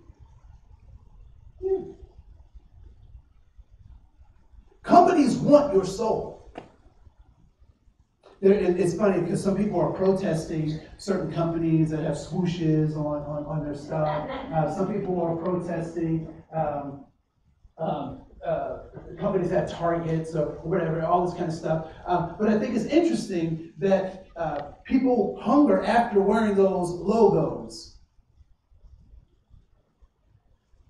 We want to wear logos because they're statements of us, right? We like wearing logos, whether it's a Carhartt or whatever, Deerhead, whatever. We like those logos, North Face, right? I see a couple of North Face people in here. But our human soul. So they want to brand us. I think that's interesting, particularly if you've been around agriculture, the idea of having a brand. I don't think it's an accident that they use that kind of language, right? The human soul, the human soul. And what we know is that when they're separated, when the body and the spirit become separated, the body becomes a thing. That was a thing, not my grandmother in that box. And the spirit becomes powerless. So one of the things we have to recognize is that historical trauma is one of those things that tries to drive the body and spirit apart so that people become things. So they become things. Well, when I was a kid, there was a mini-series. I don't know how they called it a mini-series because it was on for 2 weeks, 3 hours a night, right? I don't know what's mini about that, but it was called a mini-series. And it was a dramatization of a book by an author named Alex Haley. And then the series was called Roots, or Roots, depending on where you come from. Anyone familiar with that Alex Haley book story? Okay, cool. So many of us, and apparently they remade it, but I didn't have the stomach to watch the remake because I saw it the first time, and that was enough, right? So early in this film, they have this, they captured this West African young man, and they're going to condition him for this economic system of slavery. And so the conditioner hits him, and he screams out in pain. And he asks the young man a question. He says, "What is your name?" And the young man says, "My name is Kunta Kinte." And the man hits him again and says, "No, your name is Toby." And this continues on for a number of times until they're both worn out and tired. And finally, the man hits him one last time and says, "What is your name?" And in fatigue and in pain and embarrassment, because this is done in front of the community, the young man says, "My name is Toby." What happened for that young man? The intent was to break or crack open his soul, to turn him from a human being into a thing that they could plug into their economic system. What they didn't know is that you can have the body, but you can never have the mind. And so he did everything he could to survive in those situations. We encounter the same kind of dehumanization, and I'll talk about that too in just a second. The same kind of dehumanization happens to us all the time. Do you know what that stir-up process is called? Advertising. Advertising. Anyone seen a commercial outside of the Olympics time that actually made you feel good about being a human being? What do those commercials say to you? What are they saying to you? You can be better if ... you buy our stuff. You're not complete until you buy our stuff. And it's so funny because, there are news stations who ramp up the anxiety, right? They're coming for your stuff. Don't you believe it? They want to take it. They're coming for you. They're rushing it. And they bring up all this anxiety. And then at the commercial, "Are you anxious? Are there things that bother you? Just take this drug. Your arm may fall off. You may bleed out of your left eye, but we'll make it better." Right? What I'm not suggesting is that we don't deserve or shouldn't have nice things. I'm not saying that. But I do want us to be mindful that the messages that are coming at us oftentimes are not trying to engage our prefrontal cortex, but our primal reptilian brain that says danger, fight, fear, right? Because we know what to do with that stuff. The more complex stuff, where we have to think stuff out and make decisions about stuff, we're less clear about that. But if someone approaches me with danger, I know I either fight or flight or flee or freeze or whatever. You know, I know how to deal with that. But when they come up with two different opposing complex ideas, I'm not quite sure what to do with those things, right? And so our humanity needs to be intact because they're going straight for our primal brain. Okay? And we are Homo sapiens sapiens, the ones who think without thinking. All right. Diversity is commonalities and differences. You're passing each other. We'll get to that in just a second. So what I want you to do now is, if you can open up your handout, and let me just grab one.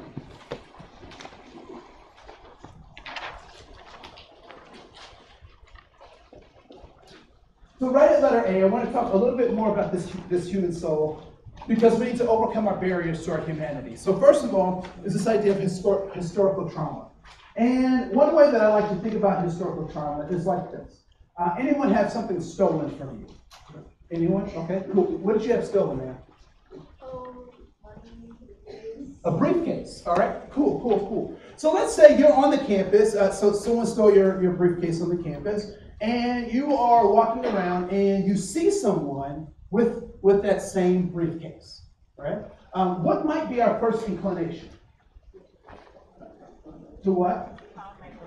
To confront them, right? We may confront them and say, where did you get that? Or that belongs to me, or whatnot. And what if they said, possession is, what's that?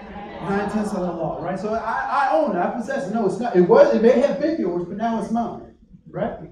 And you have to come to work every day and see them carrying that, recognizing that there's nothing you can do about it. Because you've complained and you did all sorts of stuff and nothing happens.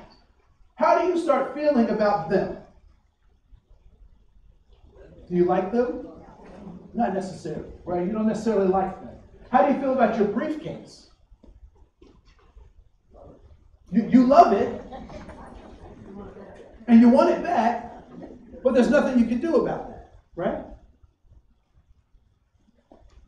I wonder if that's how our Native American brothers and sisters feel about being in the United States of America. That all the good stuff that they had access to is now they get to watch it be used by somebody else, and there's not much they can do about it. I don't know about Wisconsin, but I know in Minnesota,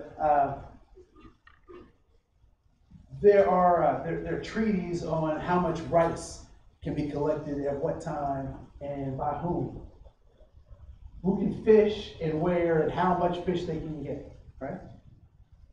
When in the past that was the thing. You just go do what you do, right? Historical trauma. So if that keeps happening to us, and we walk around and we see that person with our briefcase and they're using it and they're enjoying it and they're having fun with that, how do I interact with that? Just a thought. I just wondered that. Next is this idea of institutional racism, and I simply have a simple explanation for institutional racism. Any institution that was created before 1964 could be considered a racist institution. What does 1964 indicate? The Civil Rights Act, right? So any institution before the Civil Rights Act could be considered a racist institution because it was not equal access for everyone. Another thing is this idea of poverty. Poverty is a barrier to our humanity. It's a barrier to our humanity. Because when we talk about poverty, we talk about the people. But very rarely do we talk about the system that is creating how people are responding, which is poverty. Poverty is a side effect of something else. It is not the cause. It's these systems of inequity, right? So I don't want to spend too much time on that. And then this idea of whiteness, right? So whiteness is problematic to our humanity because it separates human beings by artificial methods, right? It creates different differentiation between human beings that need not exist. And we also have to recognize that we can never be dehumanized.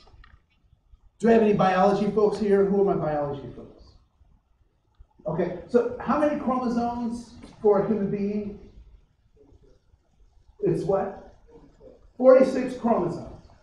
If I have one or less, am I still in that zone for being human? Okay, so I'm in the zone. If I'm negative or +5 on either way, am I human?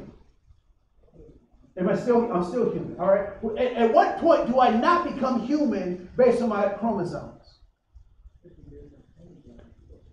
So I'm still human. Can I function as a human with 100 chromosomes? Depends on the function, right? Is there any way that a system can decrease my chromosomes to the point that I am no longer human?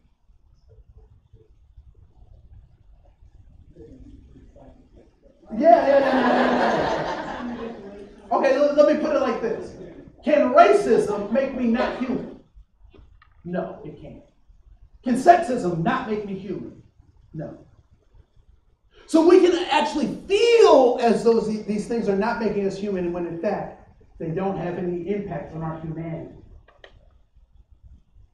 So what is humanity? It is a relational act. To truly manifest my humanity, I must be in relationships with other humans. Otherwise, how do you know that I'm human? It is also being in service to others. That's human. Being in service. If I'm just in it for myself and I'm not having relationships with other people, it could be questioned if I am actually human or not. Being in relationship and being in service. So I'd like for you to do, right at letter B. I want you to do something for me, because oftentimes we operate as if we know things, even though we may not. So what I want you to do is I want you to draw a bicycle. Draw a bicycle. You've seen a bicycle or ridden a bicycle. You've interacted with a bicycle. Right in letter B, I want you to draw a bicycle. To the best of your ability.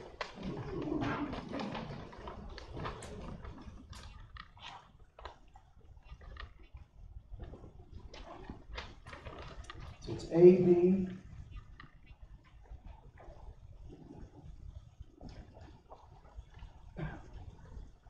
All right, I'm trying to peek as far as I can to see where people are on the bicycle.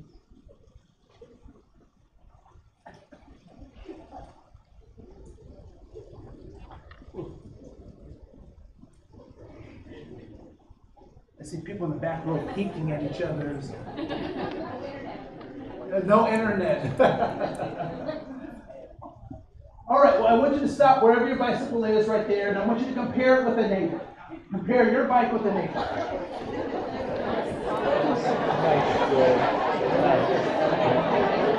I don't have it.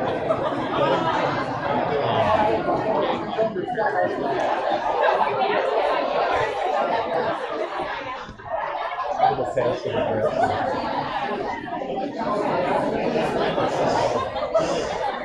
manifestation. All right, so how did you do? How did you do with your bike? Did anybody find that your bike was missing or lacking something? Yeah, cool. But we know bikes. We know bikes. So this is an experiment that was that's been done over and over again. I use it in my classroom to illustrate the fact that we think we know how the world works, but in fact, maybe we don't. Really? If all the pieces of your phone were set out on a table, and they said, put it back together and make it work, could you do it? No. As far as I'm concerned, my phone is a magic box. Right? You just hit the thing, and it's magic. It's magic. So we oftentimes operate with this illusion of knowledge that we think we know. And the interesting thing is, our mind won't, if we're not critical in our thinking, it's not going to support the fact that we don't know stuff. It'll just make stuff up. It'll make stuff up.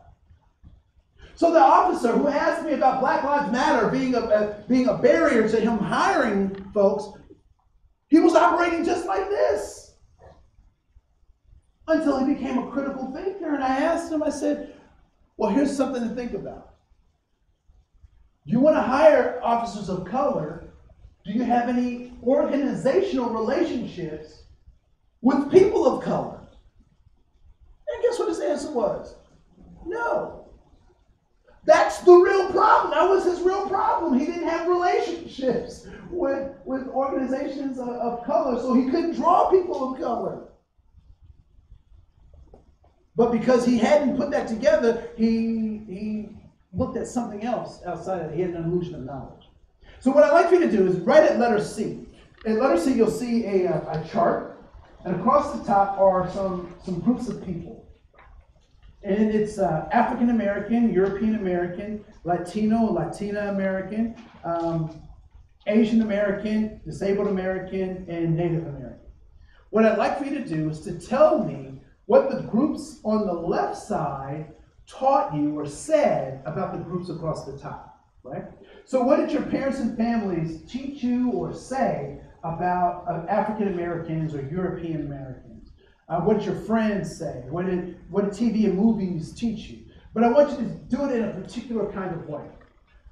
If they taught you or said something positive, I want you to put a plus. If they said or talked about things in a negative way, I want you to put a minus. If it was never anything that was discussed, I want you to put a 0. You can have pluses and minuses in the same square or the same quadrant, but the size of your plus and the size of your minus will dictate how much you learn. So a big plus means lots of positive, a little minus means a little bit of negative. All right? So I'll give you about 3 minutes to start on that. All right? Pluses, minuses, and zeros.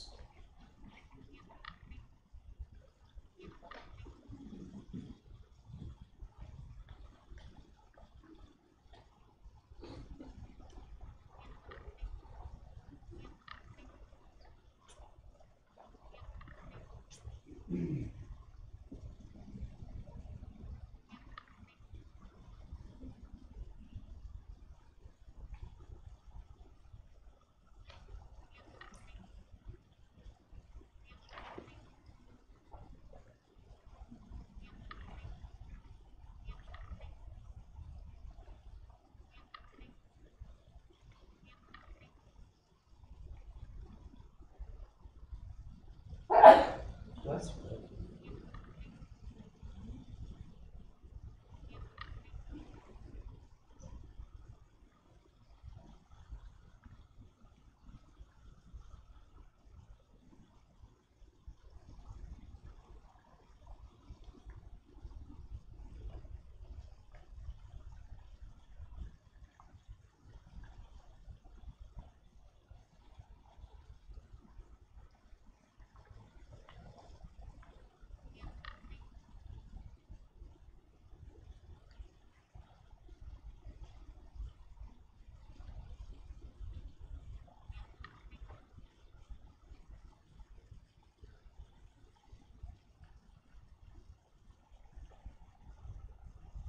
All right, I'd like for you to stop right where you are. Many of you may have not completed, and that's fine. But what I would like for you to do is get into groups of 2 or 3 and share what you feel like sharing, and don't share what you don't feel like sharing about your pluses, minuses, and zeros. So, and I'll give, so if you get in groups of 2 or 3, I'll give about a minute apiece. So, you know what, let's come back at 10:20. We'll come back at 10:20. All right? So I want you to talk about pluses, minuses, and zeros. And one. Get up.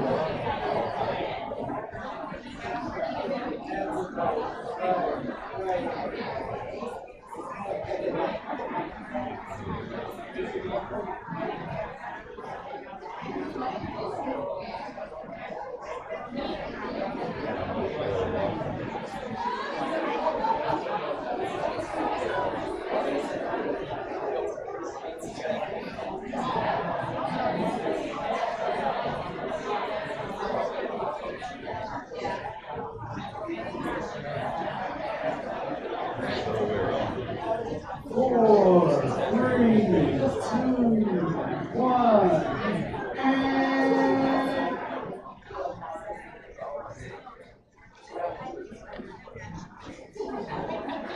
so as you were having conversations with your neighbors and your colleagues, was there anything that came up for you about you as you went through that pluses, minuses, and zeros exercise? As you did that kind of self-inventory, did you notice anything about you as you were going through that?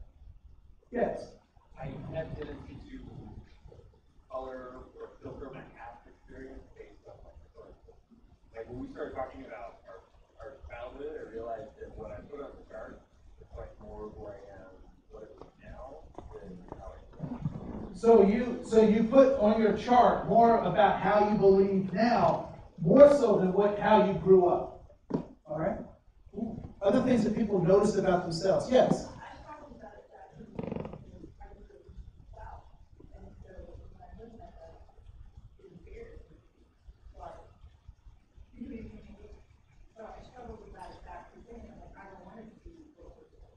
So you said you didn't want to be, you grew up in the Deep South and you don't want to be what that was on your chart.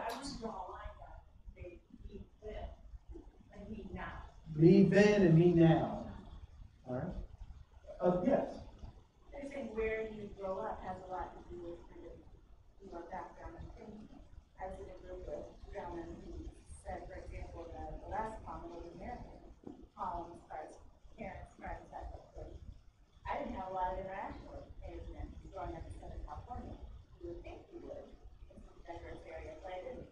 Yet these gentlemen had a lot of interaction and it was a very real part of their lives. Yeah. So where you grew up has some impact. Right? Yes. Your hand was there too. Yes. I also think the age of your parents, too, like my parents were 40 and 50 when I was born, so their historical tendencies were a lot different than a lot of my friends' parents, just because of the generation that they were born in. So the generation that you're born in or raised in has something to do with this as well. Yes. I thought that I grew up obviously in a multi-parent household. My mom's raised in this back, so it's positive and negative. But then I would look at like in the school, workplace, you get a different experiences. There's more of a negative and positive aspect. But two of them all the engagement systems. Yeah. Yeah.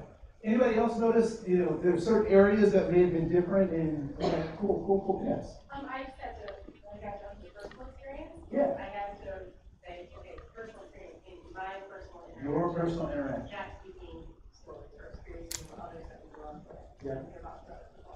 Yeah. Yeah. So what have I experienced versus the stories that have been told about other people's experiences that I may even take one as my own, right? That's what TV and media is so powerful. Why do you make that statement? I grew up in a very small fishing village in Wisconsin. I didn't feel black.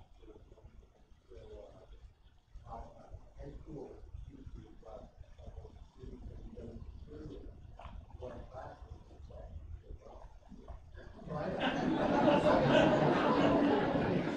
Please take that in the spirit in which it was given. I don't know that. I don't think it was show and tell kind of thing. Oh, it was. Okay, well, I tried. Sometimes stuff is what it is. Huh? Yeah, no, but yeah, no.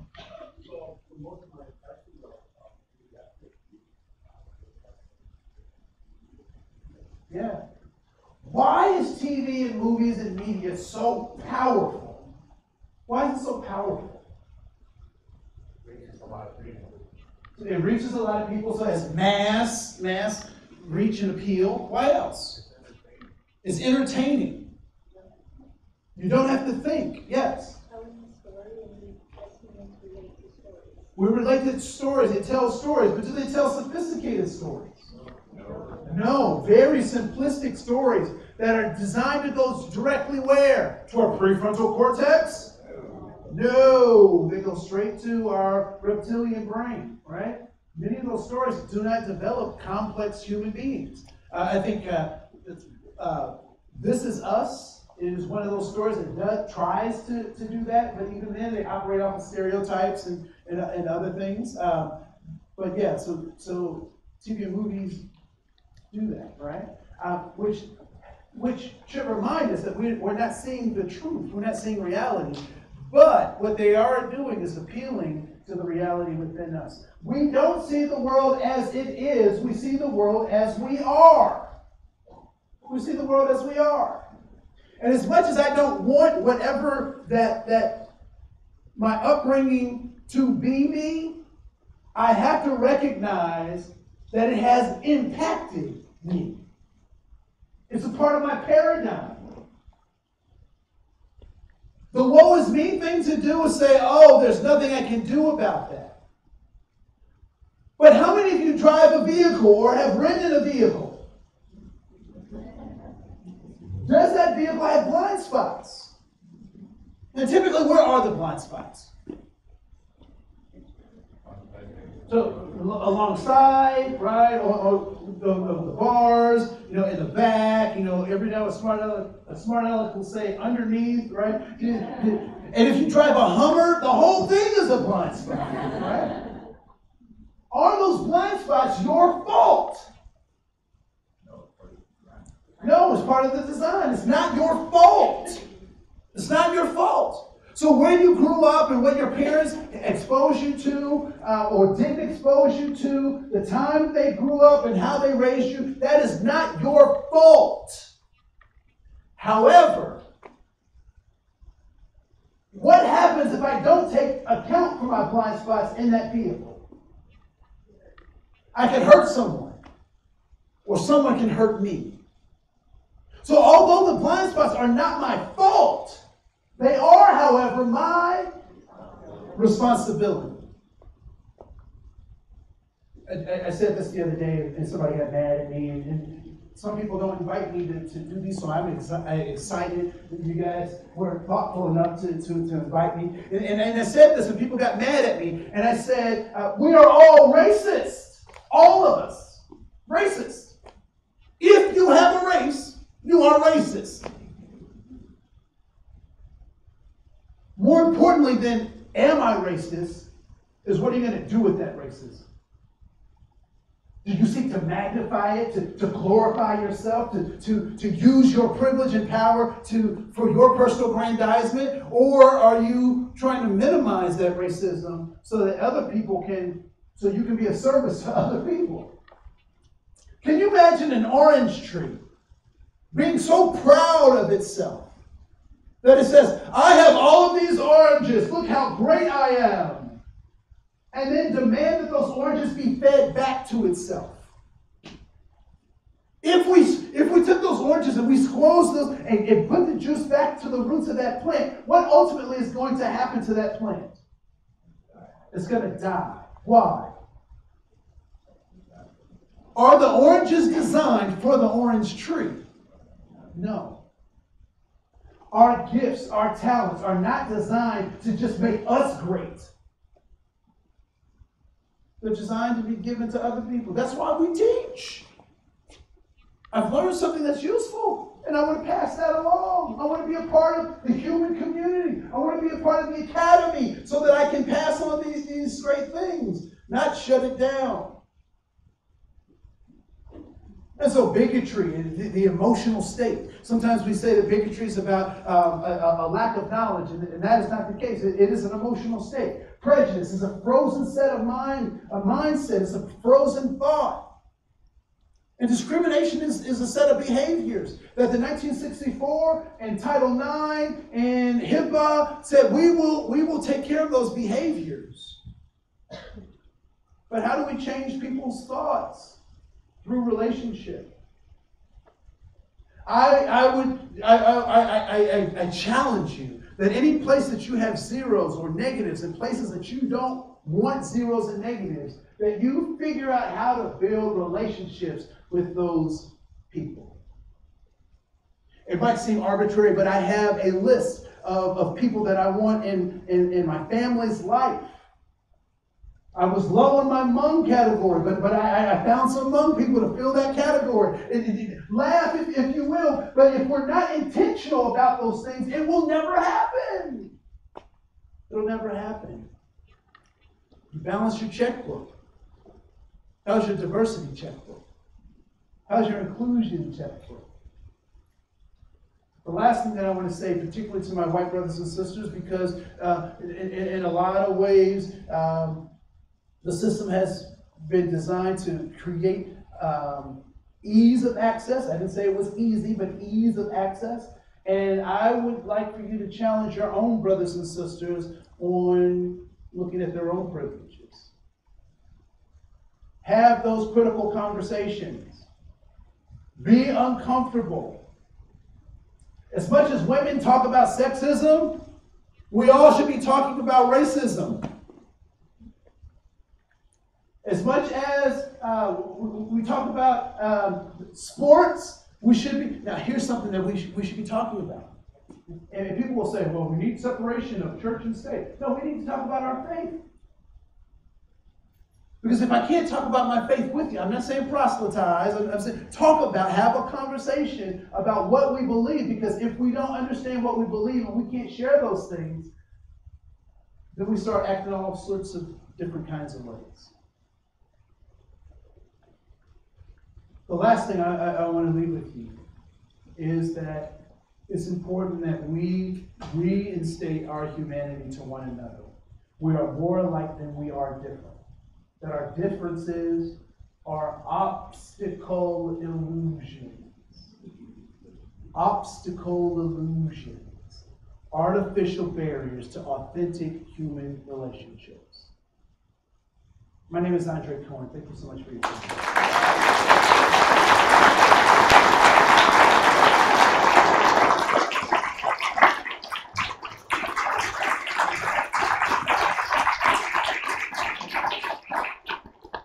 Here in students' place for a moment. We have a technology break until 10:45. Please come up. Thank Andre. Give him another round of applause.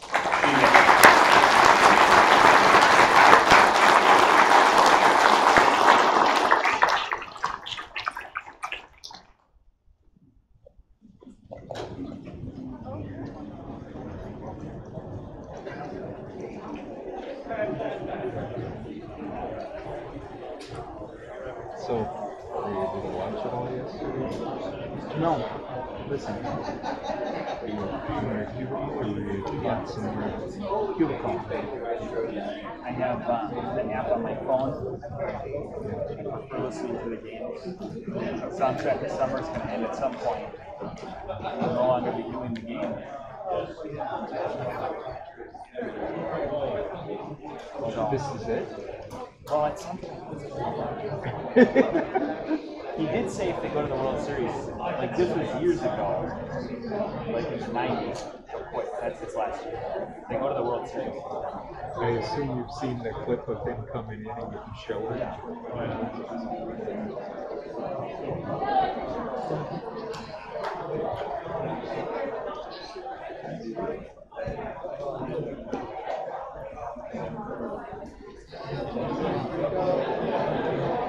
The Inner Cities this weekend.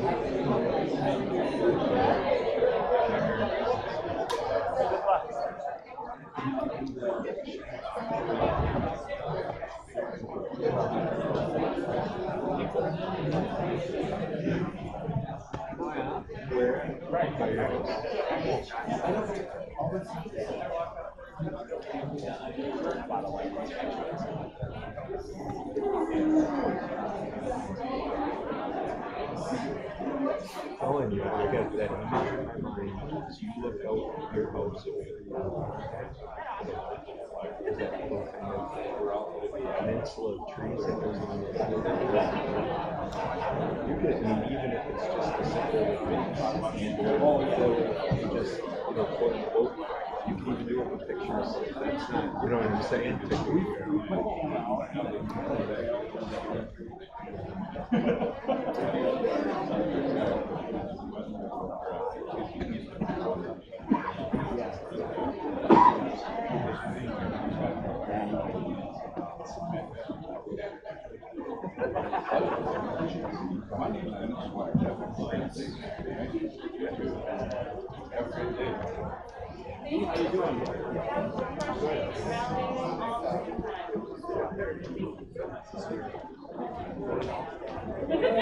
Oh, stop that. You've never got that before.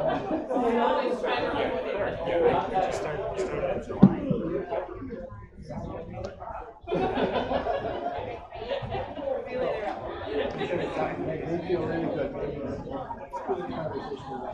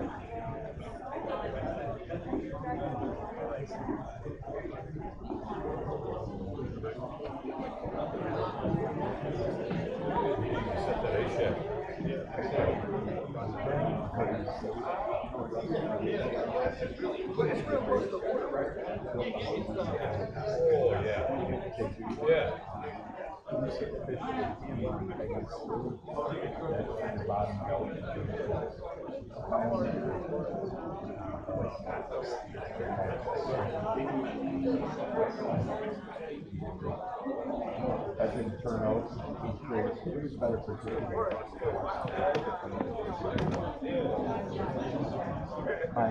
my big goal is to play keep it at mine. My dad comes up.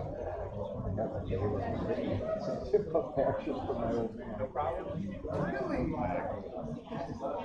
Oh, I do in the winter. Where are you at? I don't like it out there. Right now, got to cross somewhere somewhere. It doesn't work. I think like 3,000. I try and balance it.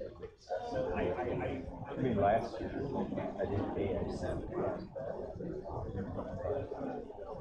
I dropped my trailer, four-wheeler off my boat.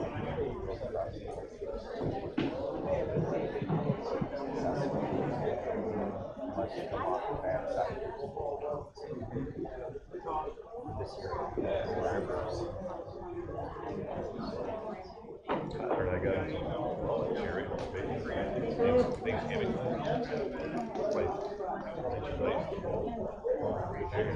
Right off.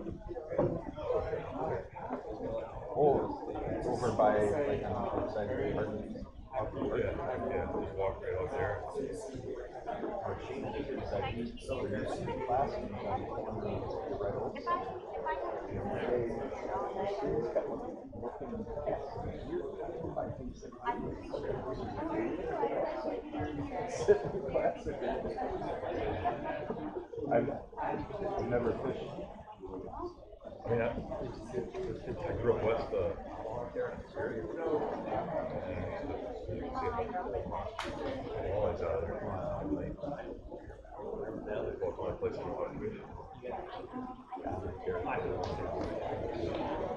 a place out. Winter tradition. I feel like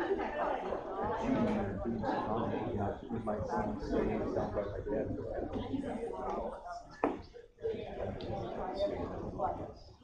Two used to be the only person community out here or in the spirit 30 years ago. You're lucky to see no place. Weirdly, I think some of that kind of people's shops cycle through it. You know, like trophy you had secret spots and there's fishing everywhere. Kids like me, when I was 12, they yeah, that ice cream. My wife is tired of watching me turn around. I built it. First time ever last year. I built that and that gold snack before and after Christmas. This will be a time to do it. And this year my dad helped me size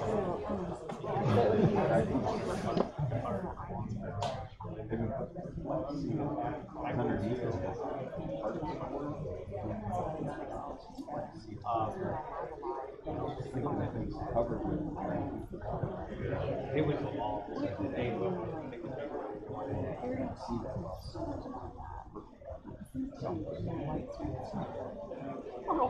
My dad had a whole shack. Basically, a lot of things they grow it in the wall.